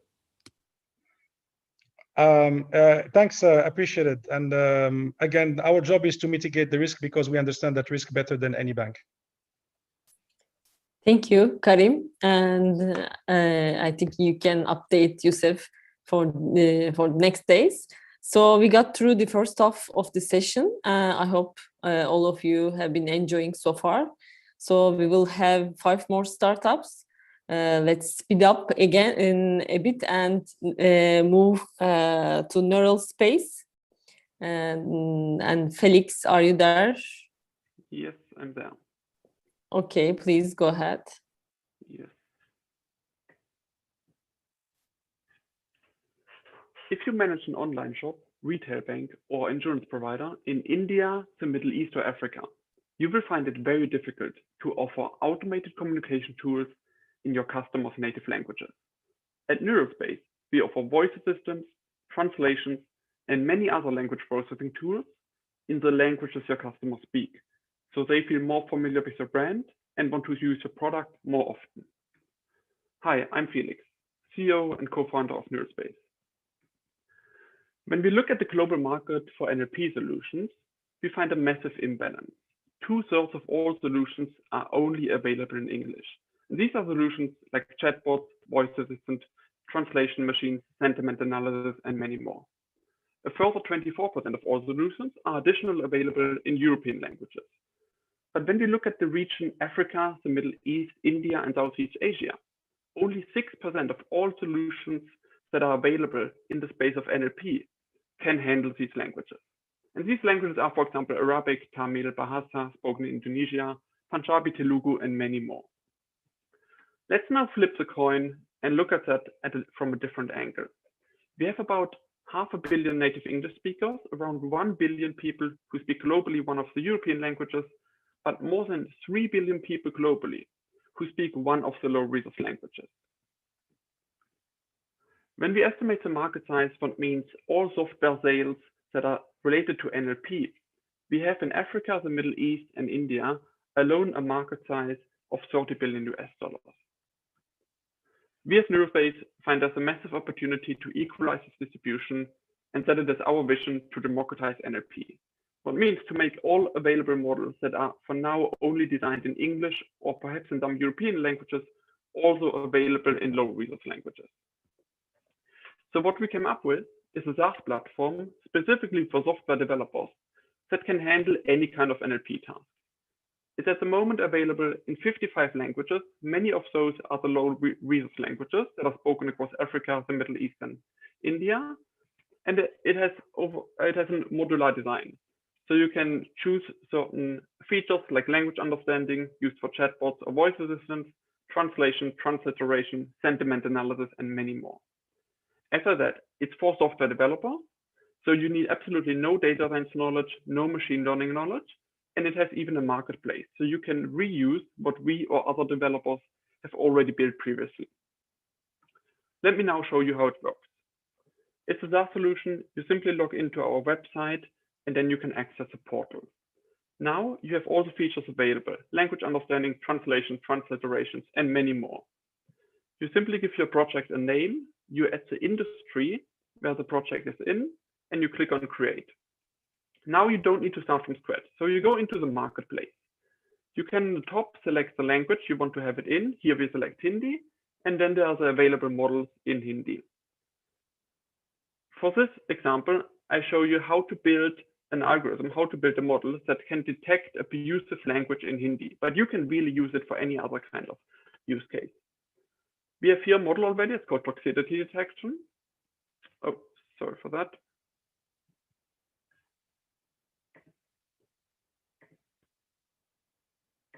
Yeah, you have here a model that is toxicity detection. You click on use, you click on create, and it's yours. Now you can go into the Creator Studio. So you can modify the model that is specifically suitable for your use case. That's all you need to do. You click on train, and then all the heavy lifting happens in the back end, and we choose automatically for you a model that is most accurate for your data. Wait a couple of seconds, and then it's ready. You can plug it into any kind of solution with REST API keys. What we did here, we put it on top of Instagram as an additional layer and analyze the comments here on the right. On the left, you simply see a post that is a quote in Hindi. On the right, some people are commenting, some love it, some don't. And what we have done here is detecting which phrases of a comment are abusive language. and we highlight here that with that additional icon. We price our solution as a typical SaaS solution. There's a free plan, so you can go in, explore what's already in the marketplace, what's possible. And then there are plans for individuals that are mostly freelancers, startups that have only limited requirements in terms of input characters, and an enterprise plan that's for any on-premise solution or large requirements. How are we different to any other NLP providing company? When you normally build an NLP solution, you want to have a team of software developers and data scientists. Then you need to choose a platform that can be Azure, that can be AWS or Google, and then you choose a framework. A very popular framework in NLP is Hugging Face, but Hugging Face still requires you to understand the model because you get the code base to see and need to implement the code with your specific solution. NeuralSpace does all of that in one stop. You have automatically your backend chosen, which can be can come from any kind of NLP model that we have in our platform. You can at the same time, as a developer, actually monetize your data and models because you can actually upload new models and new solutions to our platform, and you have a much faster go-to-market strategy.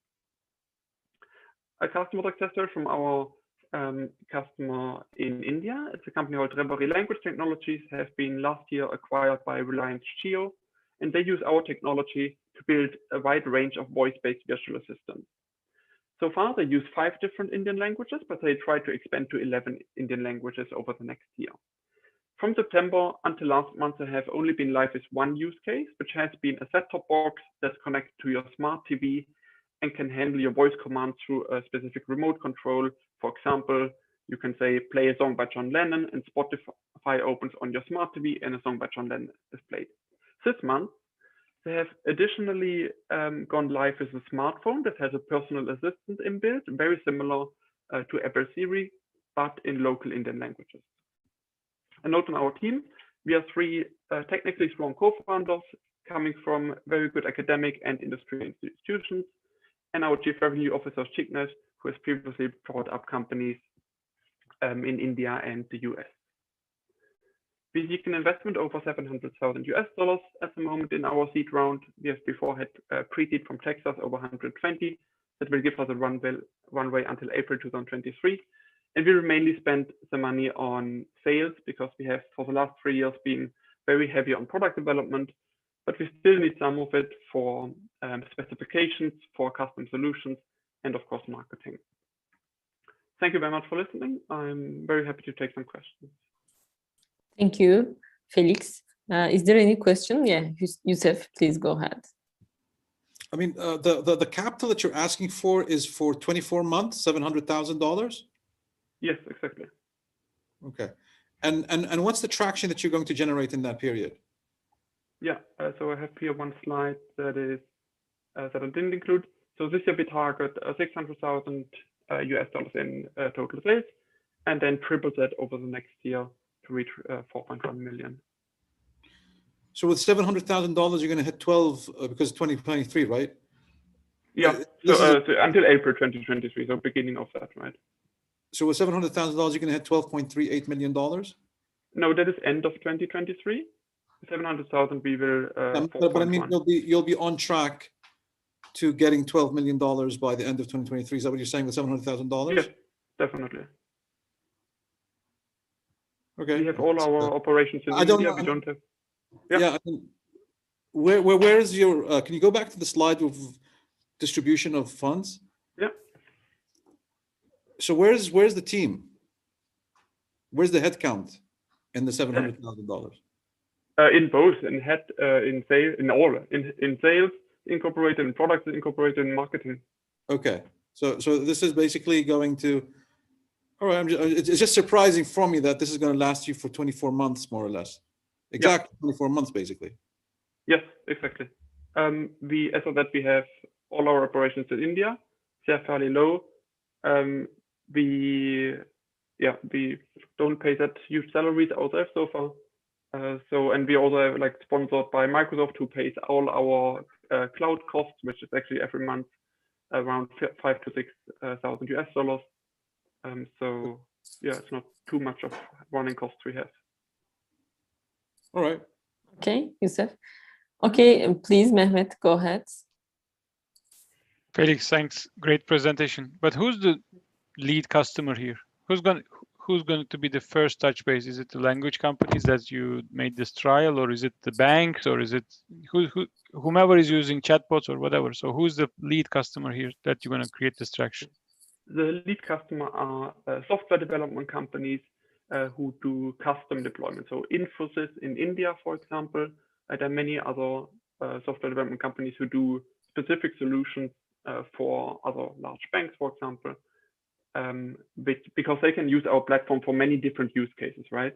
So there are perhaps, we actually talk at the moment to automobile company, but they will only use our language understanding features for building an in-vehicle voice assistant. So you can say, turn on the headlight, turn off the radio, and so on. But that is only the language understanding. But the lowest hanging fruits are software development companies because they will use all the features across we have on the platform. Okay, thank you. And the last question from Sami. Sorry, I was on mute. So a question about a bit your potential exit strategy. So I see here a strong technology being built, potential large revenues in the next 24 months based on the investment you're raising. Where do you see a potential exit in the future, and with whom?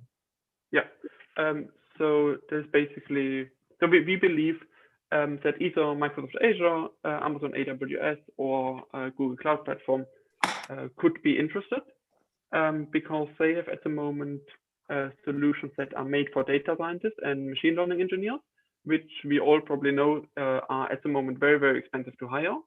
Our solution is really made, as you saw in the demo video, for software developers, even for web developers, that can save a significant amount of money from the company, from the salary perspective. So any of these companies, I think, could be interested. They have at the moment not too much of an interest, at least that's what we can see, on languages that are spoken across Africa, the Middle East, and Southeast Asia, including India. At the moment, they largely have English and European languages. Some of them actually also have the low resource languages, but not as many as we have. But that, I guess, like with the economic development in these regions, I think that definitely gets into the focus of any of these platforms. Great, thank you. Thank you, Felix, for the presentation. And for the next session, Angela from Notarum will be pitching. Angela, are you ready? I sure am. Thank you so much. Everyone can hear me okay? Yes, great. Please. Excellent. Thank you so much. Hi, everyone. I'm Angela, co-founder and CEO of Notarum, and I'm here today to talk to you about intelligent diligence. So when we think about the global compliance ecosystem, there are a few significant challenges. Companies are spending around $100 billion every single year on their compliance programs, but it is really not money well spent. You see, companies have to collect huge amounts of data on each other before they do business. And as a result, onboarding times have exceeded 3 weeks. Now, to manage the data they receive from their vendors and their customers, companies then have to hire huge teams to process this data. So 80% of compliance spend globally is on headcount. This is both really bad for business and a huge opportunity for us. Angela, sorry to interrupt, but you are not sharing your screen right now. Are you aware of that or not? No, I'm sorry. I thought I clicked it. Let me try again. Thank you for interrupting. That was definitely a reason to interrupt. Can you see now okay? Yeah, yes, we are seeing. Perfect. Now. Sorry for that, everyone.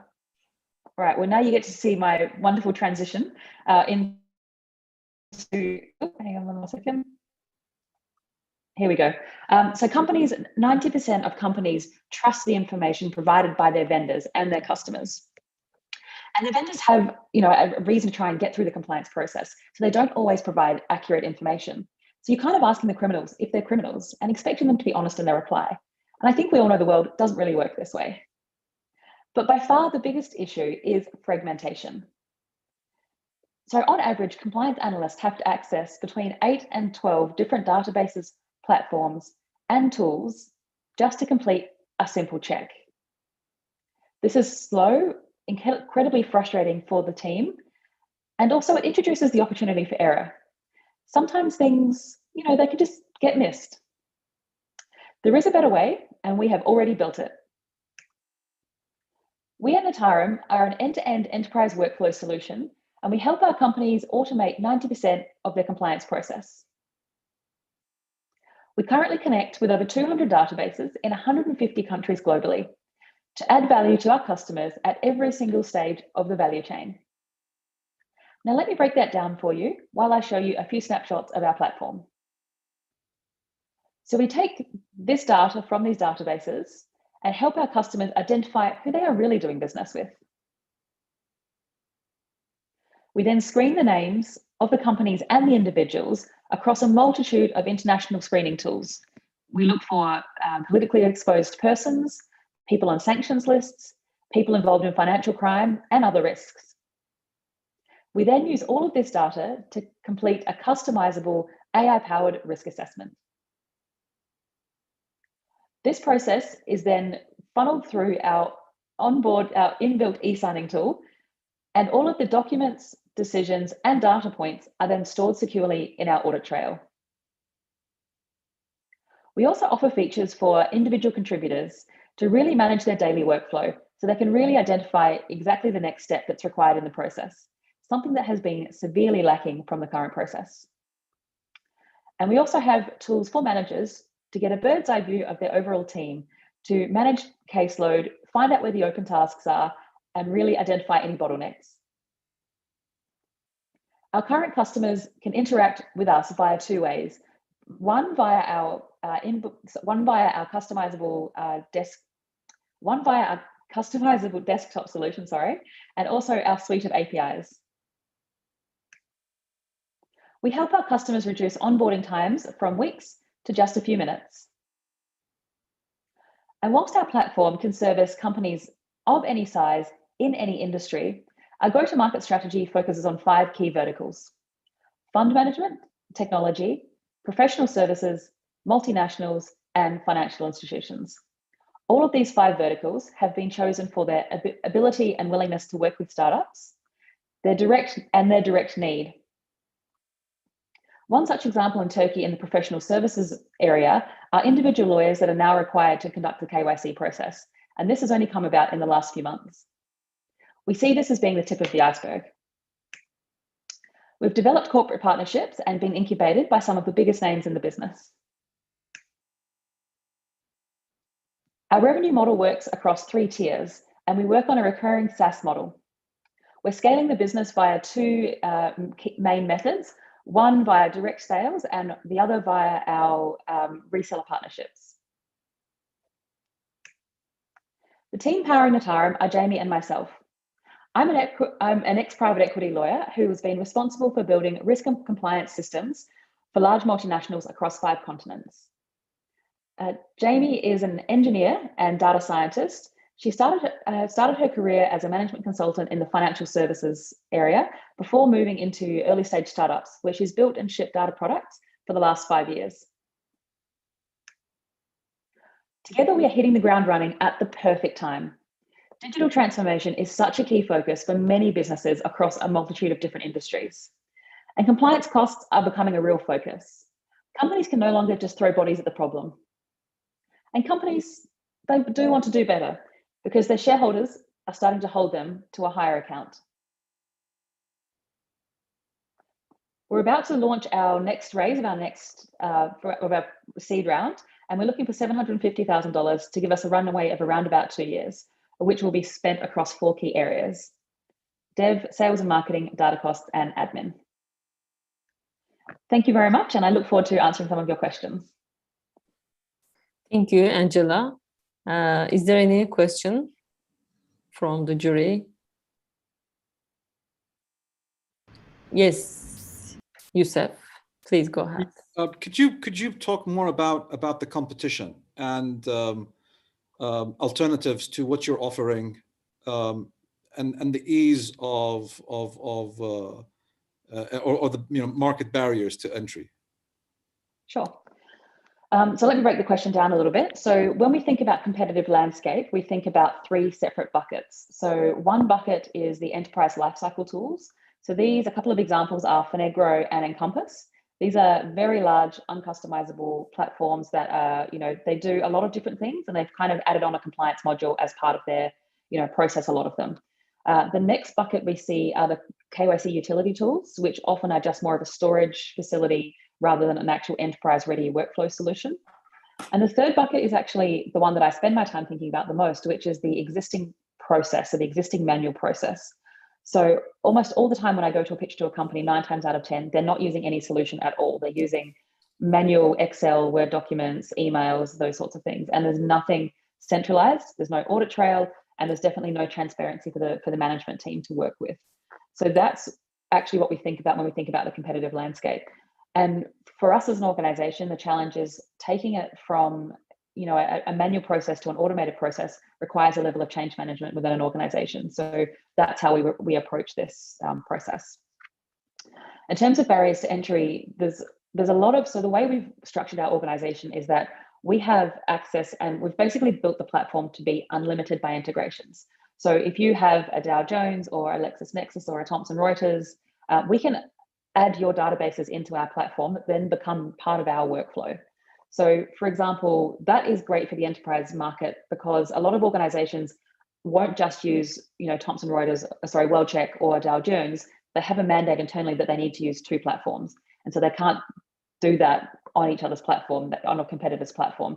So we basically work as an umbrella organization to do that. Now, the challenges and some of the barriers to entry, one, and I'm sure, Jamie will nod her head when I say this, but they've done a huge amount of work in the platform, structuring the data that comes from these different platforms to make sure it all ends up in a structured format in our platform, and then can be used throughout the other stages in the process. We as an organization understand that, it's no good having access to a variety of different databases. Enterprises really want one umbrella company that then funnels the information from step to step to step. And we know the KYC process is the first step organizations have when they work with a customer. And so if we nail this, then we can start to land and expand into other functionality within an organization's relationship with its customer. Thank you, Angela. And the next question will be coming from Tommy. Hey, Angela, good to see you again. So just to understand a little bit on the traction and potential customers who jumped on board, like I see it's still very early traction, but would love to understand more your go-to-market strategy there and how you're trying to get them to trust your platform with this, given this is a very critical thing that you're delivering to those customers. Yeah, absolutely. So in terms of traction, in the last quarter was 25K traction.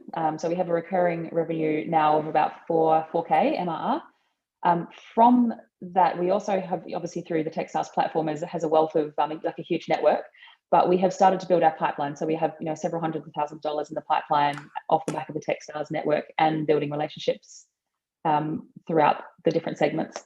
In terms of how we're planning to scale, so there's a lot of different opportunities we're working through with a variety of customers. One example I'd like to share is with one of the big global law firms. They have a reseller partnership. So they basically come in and test your product and put it through its paces. And then if it's something that they think the industry can use, they will put it on their, kind of their suite of software that they recommend. So that's kind of one example of the reseller partnerships that we're looking to expand with. Thank you, Angela. And let's move on to the next startup. It's PEX Credit. Abhinav will be pitching. That's right. Hi. Hi. One moment. Please share your screen. Yeah.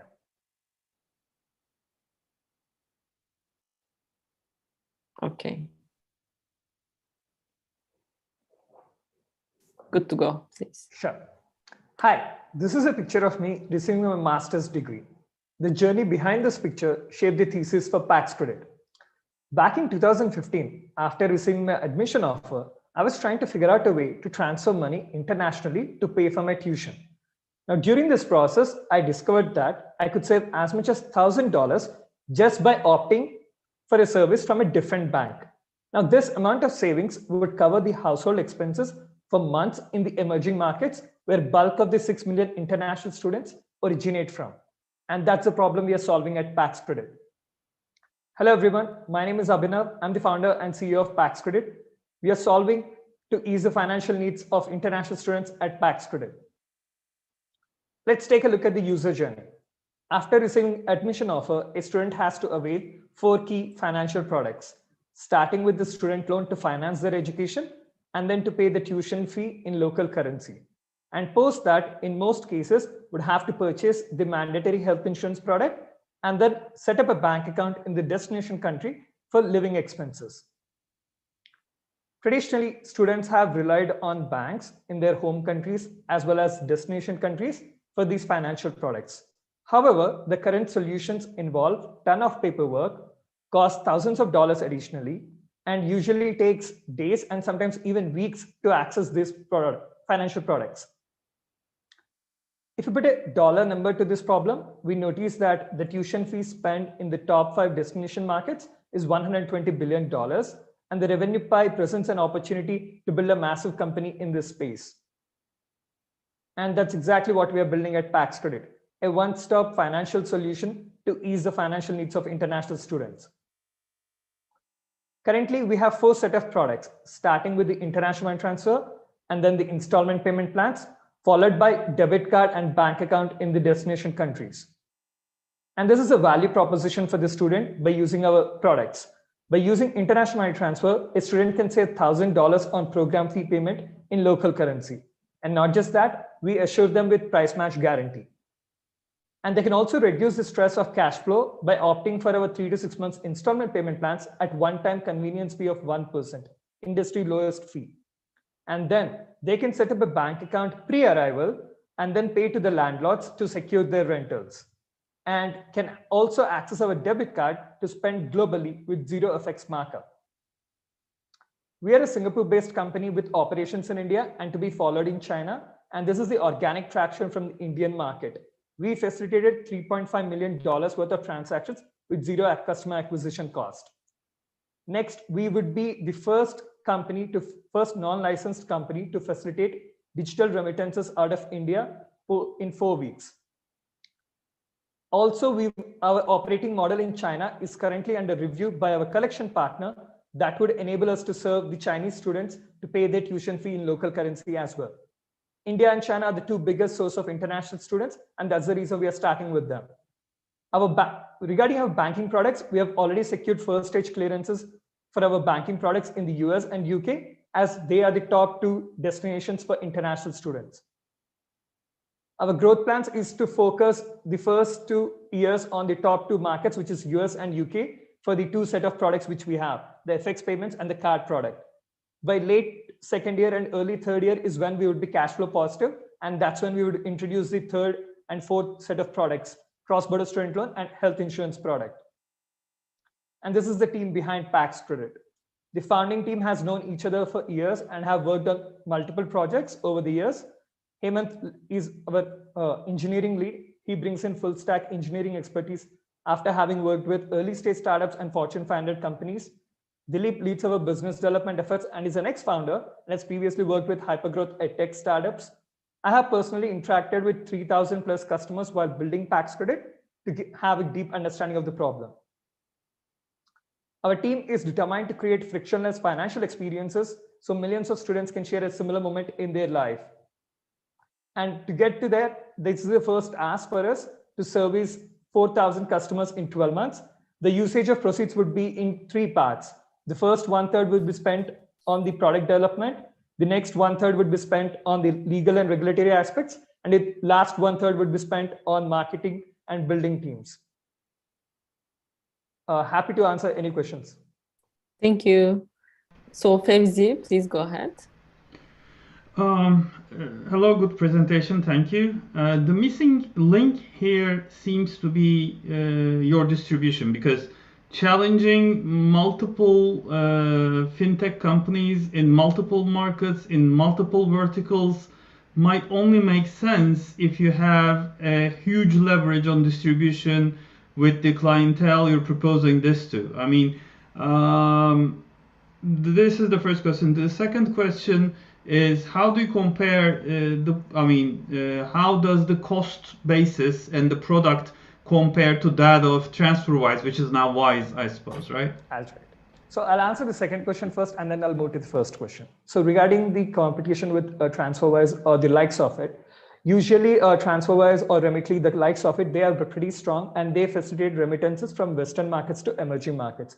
That's one. Second one is they usually they have solved for the convenience and cost effectiveness of small volume transfers, somewhere around $400 to $800 publicly available, the data is. However, what we do is we facilitate outward remittances from emerging markets to Western markets. That's one. And the key differentiator is that we have a flat pricing model that is very helpful and competitive in case of high ticket volume transactions like $4,000 to $8,000. That's one. And going back to the first question, you have an excellent point, and that's predominantly what we are trying to build as well. So we want to be a distribution-led kind of a company because we realize that we would be challenging multiple players in this ecosystem. And most of the people tend to start with the product focus, but we believe that the payments business is such that usually it helps us onboard customers in multiple markets in one go once we get university partnerships. So there are two specialized providers in this market who happen to get discovered by students because they are suggested by the universities as a payment solution. So that's one way for us to create a differentiated distribution channel. That's one. Second one is we notice that in this market specifically, international students rely on third-party consultants or agents during the application process. And globally, that has been the case. So these are low-hanging fruits where we could have a referral incentive model partners with these guys. So that partner network would be another way for us to gain access to the customers. These are two things. And third one is direct to consumers or direct to students, because students tend to have dedicated student clubs in most of these universities, like Chinese club or Indian student club. So we can have direct interactions, student referral model with these kind of clubs as well. So these are the three ways we are building on distribution channels. Yeah, I get it, but the articulation should be, I was expecting a more specific and high barrier to entry distribution leverage, that's what I would say, but sure. Yeah. The first one is high, we couldn't crack it, to be honest, if I'm being honest here, because effectively getting listed as a payment option on the university website usually requires an ERP integration with the university's web systems currently.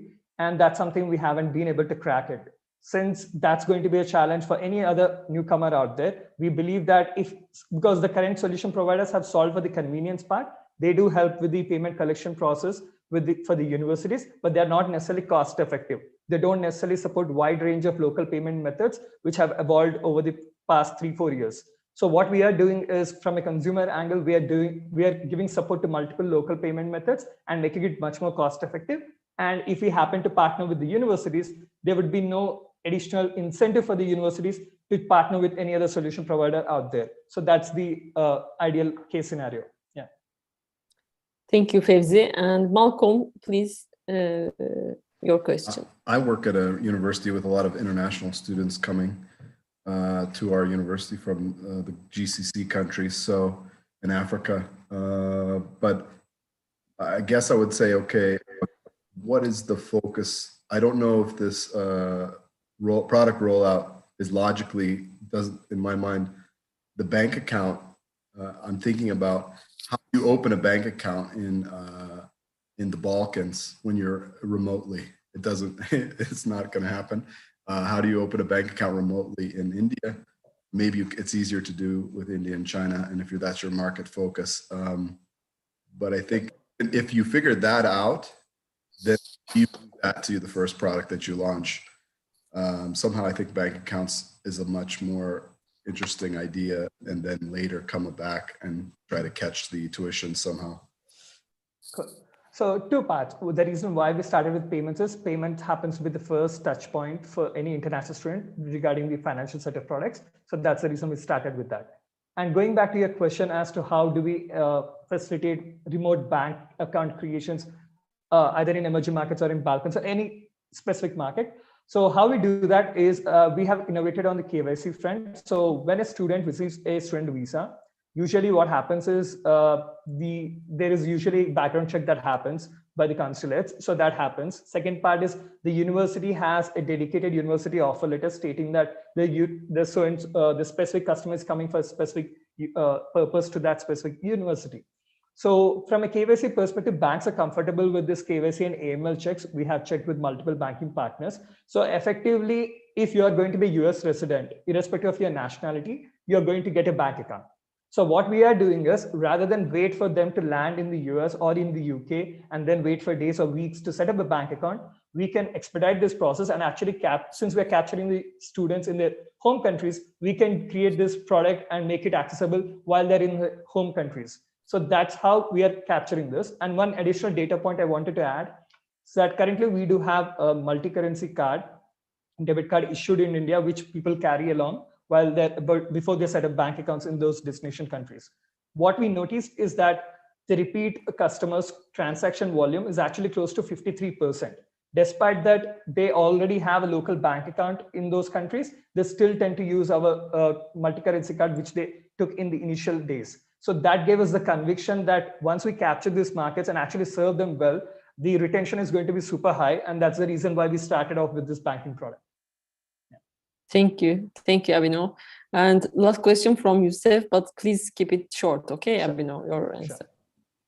I felt that you didn't speak a lot about the regulatory challenges that you had and the share of. I mean, you're asking for $700,000, and what percentage of that goes towards lawyers and legal fees, and that box specifically sounds to be underestimated, in my opinion. Got it. So regarding the regulatory challenges, for the first product, which is a money transfer service, we are primarily a tech layer because we work closely with licensed entities in the collection partners in the markets where we support students. And for the payouts partners, we again work with licensed entities. So technically, the funds do not flow through our bank account. So from that perspective, we do not necessarily have to be a licensed entity. Having said that, from a risk management perspective, we still want to be licensed in one jurisdiction. And the ADGM, we have had already spoken with them and then comfortable with the business model we have. And that's going to cost us $250K. And that's the reason why 1/3 will be spent on that. And regarding the card product, we do not require any regulatory licenses as such, because effectively we partner with banks who already have those licenses. So effectively through API integrations, these products work. And that's how the regulatory requirements are taken care for the second product. So that's how we manage the risk. Yeah. Thank you, Abhinav. And another payment startup actually will be on stage, PayMob. And Costa, are you ready to pitch? I am ready. I'm ready for the last 2 hours and 14 minutes. Hello, everyone. My name is Costa Diu. I am a co-founder and CEO of PayMob. Let me start from the beginning and just letting you know, I do have slides, but first of all, I want to demo our product. It's because it's live, it's real, and it's in my hands. But let me start from the beginning. You probably saw it because now all of us were enjoying paying by our phones like Apple Pay, Samsung Pay, and all of these things. But at the same time, merchant businesses, they are struggling and they have to use expensive dedicated devices like these in Ingenico, Verifone, and cash registers. Basically, at PayMob, we resolved this issue and we did exactly an invention that Apple did for the card payment industry, but we did it for card acceptance industry. Basically, this is just a simple app we've developed at PayMob that helps merchant businesses to accept payments. Let me show you how it works. For example, we can go for, let's say, $2.70 for a cup of coffee. Now the app in merchant's hands is, click this button, and now let me relog in. It 2 hours, it's too long. So $2.40 for a cup of coffee. Now the app is expecting a consumer to tap the card literally behind the phone, like this. This beep means like real, fully legal payment, and it's done. Here you can see my legal receipt. It can be emailed or just skipped. The transaction was approved by MasterCard. Basically, what we do, we make every single, even this cheap Chinese phone I purchased for a couple hundreds of bucks to take card payments. Not to confuse you, this is not something physical, it's just my phone holder. Basically, we make any cheap device to take card payments. That's what we do. When I'm talking about this opportunity, I'm talking about a huge moving economy and about the gig economy, about micro businesses, smallpreneurs and solopreneurs. Now I would jump on my slides and will share with you why we do what we do. But prior to going this, I would say we're speaking from an experience. It's because a founder of PayMob, who is the actual CTO of the business, he was selling these devices, Ingenico and Verifone devices, for 12 years. He supplied 30 banks in 9 countries. That's why we were aware back in 2018 about this raising opportunity to develop a mobile app. Why we do what we do? Basically, because when you are talking about the whole GDPR economy of a country, in particular, it's built by small and micro businesses and medium businesses, right? But the problem is only 10% of them are taking card payments. That is. It's because the majority of them, they have a quite low turnover. That's why banks aren't eager to provide them an expensive device. But here there is a PayMob app that costs nothing, totally nothing to a bank to introduce the technology. At the same time, you can think about emerging markets like Africa, Latin America, where even a logistic itself is extremely expensive to deliver even this such of a small device like MPOS device to a rural area to like make an impact on a card acceptance penetration. That's why PayMob is here with our app. We can just simply download the app and start taking payments. But the crucial thing here that you can guess, hey, Costa, this is just a mobile app and it can be made by a couple of students overnight. No, it's not. It's because as an experienced team of 12 people, we spent 3 years to develop the technology and 2 years to certify it at Visa, MasterCard, American Express, China Union Pay, and payment system called MIR. It's because this app must be even more secured compared to even the physical machine. That's what like the key challenge was here. If you can see, back in 1967, the machine to take card payments looked like this. Now it's very modern Verifone device, right? Almost nothing has been changed, but now we're talking about something definitely disruptive, like a mobile app that makes companies to take payments. Give me just a second. Yeah, I am all right. If you would like to talk about market, when you're talking about fintech, the market is unbelievably massive. I can talk about trillions, billions in this particular market, in that particular market. Even Lloyds Bank alone in the UK performing up to 80 billion in transactions a year. That's why the market is really massive. But I wouldn't like to sell you that like unicorn at our seed stage. What I want to tell you, for the next 18 months, we're going to serve between 10 to 20,000 merchants. And for the European market, it's gonna be less than 0.5% of all, let's say, total addressable market, because we do have all data extracted from databases about the payments, etc. At the same time, we wouldn't like to say we compete and we can replace the ordinary devices. Do you know, like horses for courses?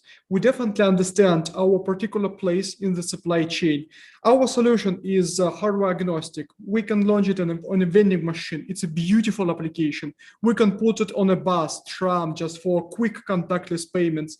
Again, it's a beautiful solution for gig economy, for plumbers, for nail artists who are traveling and visiting their customers. This is the beautiful solution for these particular industries.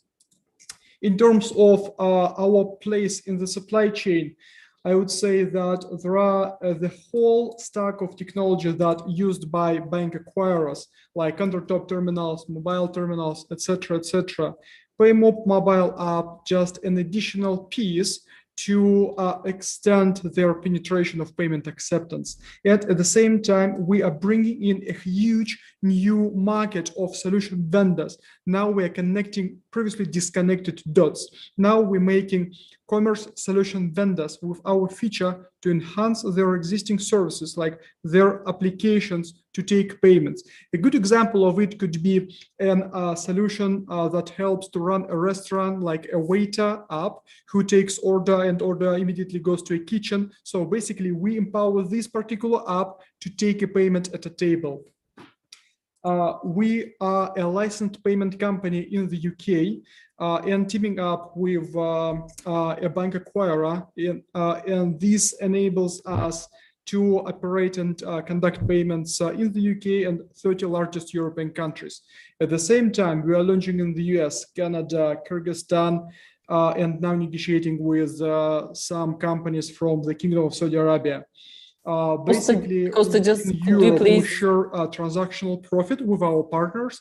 In foreign geographies, we charge monthly subscription for our solution. We definitely do have competitors, and on this slide, I want to notice the only one company called MobiWave, which was recently acquired by Apple for $100 million. This is a good example. Costa, Elif, do I have time?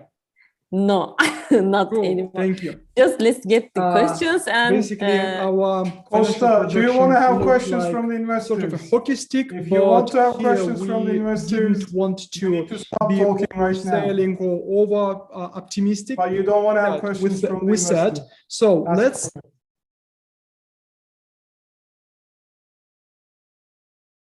Costa, do you hear me? Please. Sorry, do you hear me? Just please, let's respect to the jury members and all the other attendees. Okay, it's been nearly 10 minutes for your pitch right now. So let's get to the questions quickly, and then we will move on to the last one. Okay. Cool. Thank you. Fevzi, I hope you have some idea because I mean, I like Costa's positioning of the product because I mean, apparently we've been dealing with this for the last 5 years, and this doesn't replace. I mean, the end user experience is pretty much similar. The backend is particularly different than our product, but the merchant's experience and the customer experience is very similar in our product. These type of applications don't replace the physical devices. So I like Costa's presentation in that aspect. But the question is, what is the charging model here? I mean, there are plenty of entrants in the field. For instance, in Turkey, we have 2 different international aiming players, which are, you know, developing banking software, which are already integrated into banks at the moment. I know a US firm which is also entering Turkey. Probably in different markets there are different players. Well, what is the pricing model here? How are you going to differentiate from them? Are you aiming for banks or fintechs? I just want to hear about those. Thank you, Femzi, for the question. You definitely, I'm aware of at least one player called Paycor in Turkey. They Provision. Yep. So basically, they have developed exactly the same what we did. And it's a brilliant question. It's because today across the globe, there are 12 approved by Visa and MasterCard solutions similar to what we've done. And now it's just a race, and the race has begun. The winner will be, let's say, 2 or 3 companies. Like now we have Apple, Samsung, and Google, who are providing an opportunity to pay by your phone. So basically, we are expecting to and trying to take one of these places, like to be one of the companies who will win the market and who will remain for longer. You're definitely right. It's just the race. Okay, so you want to raise fast and more. I mean, at least one of the companies you mentioned have been acquired by a large private equity. I mean, which actually acquired my previous company as well. Yeah, I mean, if it's the deep pocket game, I would believe they are very ahead of the game. But yeah. I see 3 points. We are hardware agnostic. We can launch our app even on a vending machine. We are like resource, we don't require a lot of resources. Secondly, we can integrate our tech to almost any bank acquirer on the planet. That's what we are doing now, like States, Kyrgyzstan, Kingdom of Saudi Arabia. And the third one, we are innovating with business model. We don't interact with our end users directly. Instead, we decided to go through partners. How much are you raising? I missed that, I guess. It's just 1.4 million British pounds. Thank you, Costa. And Youssef, do you have any question? Yeah, I mean, I think just a note to highlight, you know, the introduction was nice, but then you lost me when it came to the presentation. We really ended up with not spending enough time understanding what you want to do. So building on what Fawzi was saying also is, what is the, what's your traction? What have you done so far? I mean, that didn't come out at least since you launched. So what are the results that you have so far, and what do you want to do with the 1.2 million that you want to raise? Let me be sharp. Basically, we got our technology certified at PCI DSS level 1, Visa, MasterCard, American Express, Chinese Union Pay, MIR. We hold financial payment institution license that allows us to conduct payments across Europe and in the UK. We've achieved EMV level 1, level 2, level 3 certification, integrated with the local bank acquirer. Now we're able to accept card payments, moving towards to it, develop the tech, and so far we've got 12,600 requests from merchant businesses. It's quite a number because our break-even point appears after above 7,600 merchants. So basically, as soon as we will serve the whole base of customers we've got, we will reach a break-even point and become profitable. Yep. And we've got 5 strategic partners in few geographies: Scandinavia, Turkmenistan, States, Canada, Europe, UK. Basically, we've got everything we need. With this money, we're going to level up our financial license to remove limit in terms of turnover. Secondly, we will level up our relationships with our bank acquirer, obtain a new license in Europe, and do more business and product development. Okay, thank you very much, Costa. And the last pitch will be coming from Strategy Connect. Thank you. Subham, are you ready? Yep, I'm ready. Can you guys hear me well? Yes. Please share. So my co-founder would be sharing the screen, if it's visible. Okay, yes, okay. It works now. Okay, perfect. Thanks, Costa, for bringing everyone back to life with a very good presentation. So guys, I'm Shubham, founder of Strategy Connect, a future of work platform that enables organizations to assemble a remote team of cross-functional experts on demand. Since our inception in late 2016, we've already serviced more than 100 clients and delivered north of 200 plus engagements. We primarily service 3 types of clients: large government institutions and organizations like Abu Dhabi government, high growth startups like Fetcher and Floranaus of the region, as well as Ps and VCs to whom we provide market research and tech due diligence services. This is backed primarily by our network of technology boutiques, strategy boutiques, as well as independent advisors and freelance consultants that we have onboarded on our platform. So we have steadily grown our revenue base and secured 3 million plus worth of cumulative revenue since we launched. Bulk of the growth is coming from 2019 and especially 2020, with remote working becoming the norm. In 2020, we crossed $1 million worth of revenues. In 2021, we have already secured 1.7 million worth of contracts and are targeting to close the financial year at $4 million.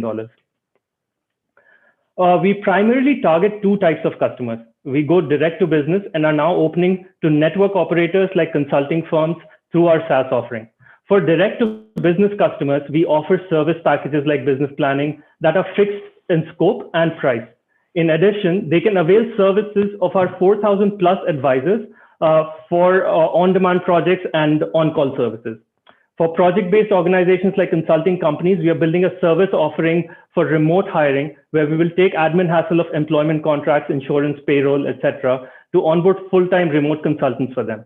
In addition, once we reach a scale of 30,000 advisors, we foresee offering factoring services for them based on risk models for projects delivered historically via our platform by that time. All these services are powered by our robust tech stack. Our matchmaking engine allows teams to be constructed at a deliverable level with internal employees and external service providers.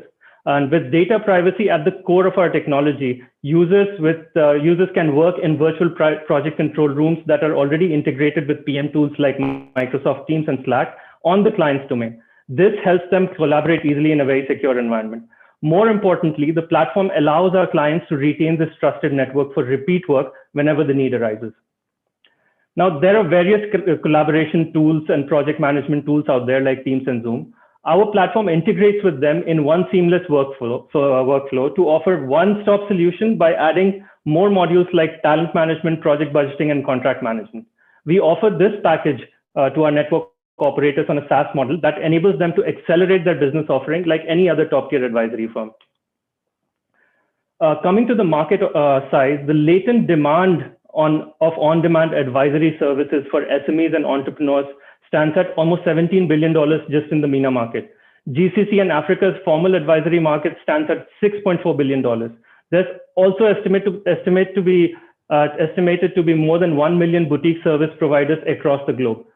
The potential of disrupting one of the least digitized industries is massive, and we are convinced that platformizing various types of services will help us capture a meaningful size of the pie. Well, Strategy Connect differentiates both in terms of its positioning and market focus. On the left, you can see most platforms that provide specialized experts. They only have a self-service offering focused on a single resource hiring basis. By offering our technology to boutique advisory firms, we aim to aggregate them on our marketplace rather than focus on just freelancers. Thus, we are like Alibaba of advisory service marketplaces. Also, our focus is to crack open the Middle East market that is being mostly overlooked by big platforms despite being the third biggest advisory market globally. In terms of our fundraising, we are aiming to raise $1 million in growth capital, mostly to fund our business development and technology efforts. Well, both me and Haninder have more than 12 years of experience in the Middle East. Haninder comes from a formal Booz & Co. strategy consulting background.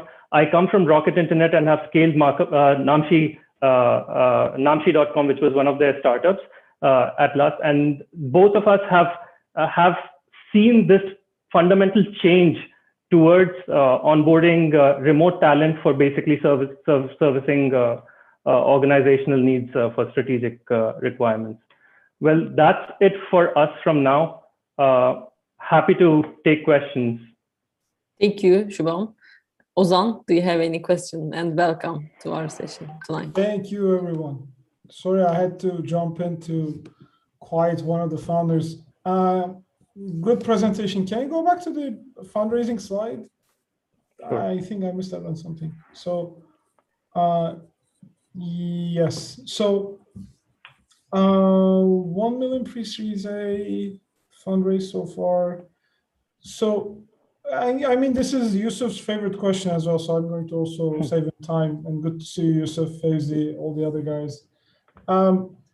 What would $1 million get you? Because I'm not sure if I get your go-to-market strategy, and I get really nervous when founders raise $1 million and only spend $150,000 on marketing. I know BD is a majority part, but then do you really need to raise that much money and do BD heavily? And how much will that money get you sufficient? Sure. So $1 million will get us 18 months of runway and about 30,000 advisors. That's our goal. And we need to, with this money, we aim to basically get our revenues up to $10 million in the next 18 months. Your question on the sorry. So our $1 million will give you $10 million revenue. How much of it will be your net revenue in your model? Like $200,000? Right. So this depends on the type of offering we have. So on an average, our margins are around 25 to 30% in that. Is that okay? Okay, thank you. Ozan? Okay. Yes, yeah. So let's move on to Yusuf's question, and then Sami and Fevzi also, they have questions. I mean, you've been doing this since 2016. You've been accumulated around $3 million. You have a recurring revenue. I'm just basically, how do you see that jump in 18 months using $1 million? And I just don't see the logic of that jump in 18 months from $1 million to, I think what it was, if I'm not mistaken, to $10 million in 18 months. And let me ask them another question is, are you running profit right now, or in 4 years, are you running profit or are you running loss? Yes, we are running profitably. Okay, so if you're running profitably, and you Yes. can you can run, it just doesn't make sense that you're going to go out and raise $1 million. I mean, I wouldn't basically go out and raise $1 million if I had a business that I could jump from $1.5 million to 10 million. I'm already running profit. I could probably get some debt on the business and on the company to get that demand. So I don't see the logic here. Ananda, you wanted to answer. So my partner Haninda wants to take this question. Okay. Haninda, go ahead. Hi, Yusuf. Thanks a lot for your question. Can you go on mute? Yeah. So Yusuf, the idea for us is, number one, your question had 3 parts. The first was going from $1 million worth annual revenues to $10 million. If we don't raise capital, we might take a 4-year runway. So we want to short circuit that, and that's why we are calling it as a growth capital. Number 2, why we don't want to go to the debt part is, at the end of the day, we are not as large a venture that has an annual revenue of $10 to $15 million, where venture debt becomes an interesting play. We are still a smaller firm. We are still a smaller venture. We are trying to raise VC money, which might make more sense rather than going to venture debt players where they see it as a larger players. Number 3, I think you also touched upon the jump. So in 2019, we were at a $500,000. 2020, when we saw the customers that we were going to since 2017, they saw the sense, they saw what we were offering to the table, and they came back. So there was a rush of organic traffic that we saw, and the revenue jumped to $1 million in 2020. Now, all those clients that we also reached back, they have helped us secure $1.7 million. And we are already sitting at a potential pipeline of $1 million. So which means, I know it's a potential pipeline. Even if we close 30% of it, it's a success for us. But with that, having said that, we are sitting in the month of April and we have a surety of $2 million. We need to close $2 million extra, and we are just getting started in terms of, graduating from Techstars, access to Abu Dhabi government, access to HUB71, so on and so forth. So we are not afraid of the jump that we are proposing in the next 18 months. What we really want to focus on is to get the product right, is to get that virtual project room right that can be embedded in the service providers or the boutique firms that Shubham was mentioning, so that they come on board as a marketplace, and then the explosive growth happens later, i.e. in 2022, 2023. And what do you mean, just for understanding, say, what do you mean by BD? What is business development? $350,000. Yeah. So the business development has 2 core components. First component is around running digital campaigns for advisory on call and for SaaS platform that we'll be selling.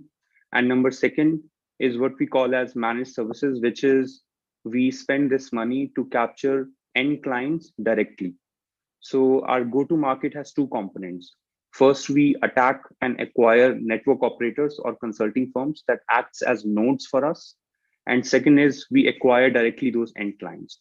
So the BD will be bifurcated across these two channels. And that's why we foresee this to be a significant investment for us. Thank you. So Sami, could you please ask your question? Sure. So like your business is very much human intensive. Would love to know more about the product and the technology you're building. What's in it there that's so special for the startup? Because I can see how the human aspect is very important, but I'm trying to understand also on the technology side what you're doing that's really groundbreaking in that sense. Yeah, can you change to the comparison slide, Anandar? Right.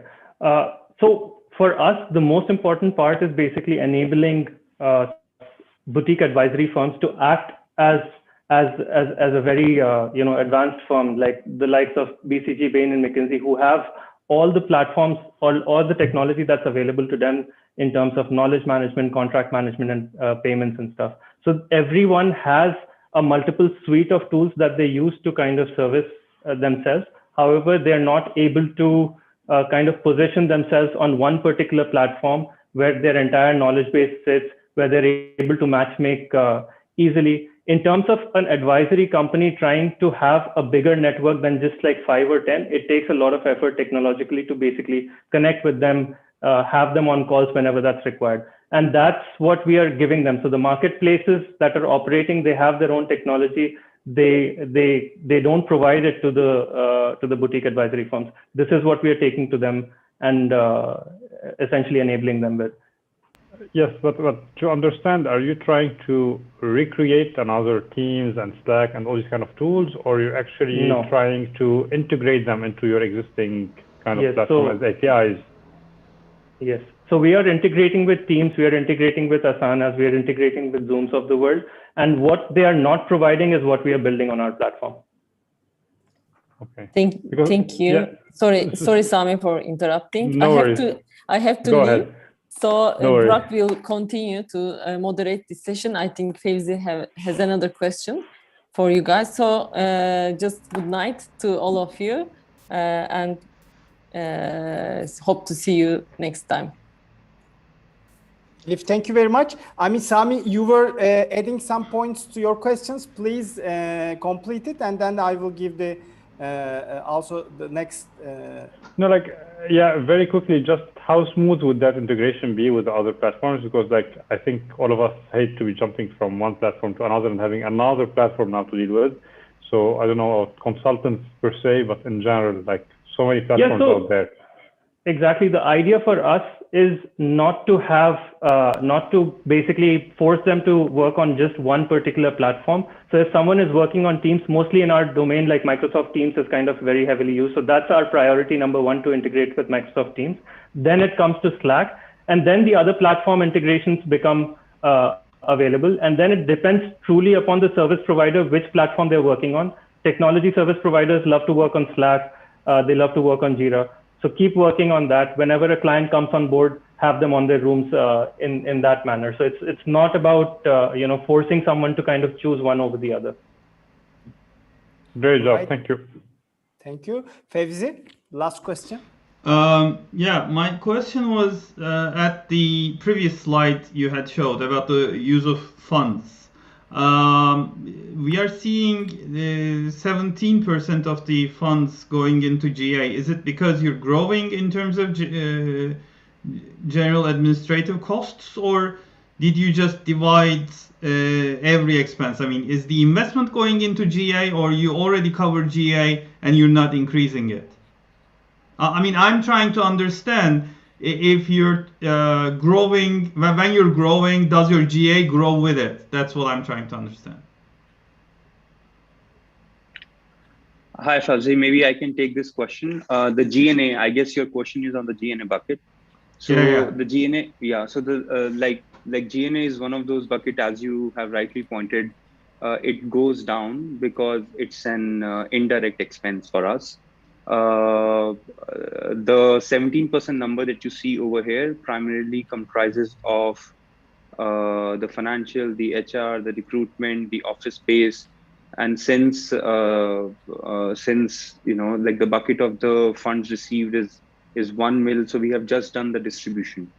You will get better better picture of the numbers when you see the entire P&L, where you will be able to compare how the percentage of GNA at this point in time, it says 17% of the total funds raised, but at the P&L level, it stands at around 5% and goes down to around 1.5% over the course of next 3 years.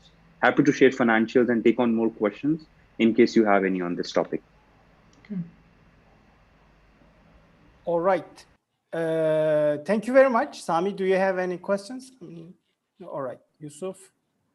Thank you. So to summarize and to sum up, this was the last presentation as far as I follow. Yes, it is the last presentation. So thank you very much, all the startups and founders. It was a long night. It is nearly 3 hours, 2 hours, 50 minutes nearly. And it is our record for a 10 startup pitching. It was very enjoyable. And thank you very much for our panel, jury panel. Mehmet, Fevzi, Yusuf, Malcolm, Sami, and also Ozan joined us in the second half. Thank you very much for joining and asking questions. And it was our pleasure to host Techstars HUB71 at Startup Istanbul event. And congratulations all the startups and founders. We wish you all the luck, best luck in your endeavors and also next raising funds. And hope to meet you. Let me check if Vijay is here. I will also give some last word to Vijay. And Asma, would you like to add comments? I think. Burak, thank you very much. I just want to say great job, founders, and to the panelists, thank you very much for those great questions. I hope you find those company pitches interesting, but also inspiring at the same time. And I would hope that this would lead to some conversion of fundraising opportunities. With that, great thanks to you as well, Burak and Alif, for putting up a good show tonight. Vijay, thank you very much. It was our pleasure. And thank you very much, all of the attendees and our mentors and also jury panels. And hope you all a great night and hope to meet you in next demo days and pitch nights. İyi günler. İyi günler. Thank you very much. Bye-bye. Good night, everyone. Thank you so much. Bye-bye. Bye-bye. Thanks, everyone. Lovely evening, in lockdown or not. Thank you, Yusuf. Happy Ramadan. Yeah, Ramadan Kareem. Ramadan Kareem. Yeah, bye-bye.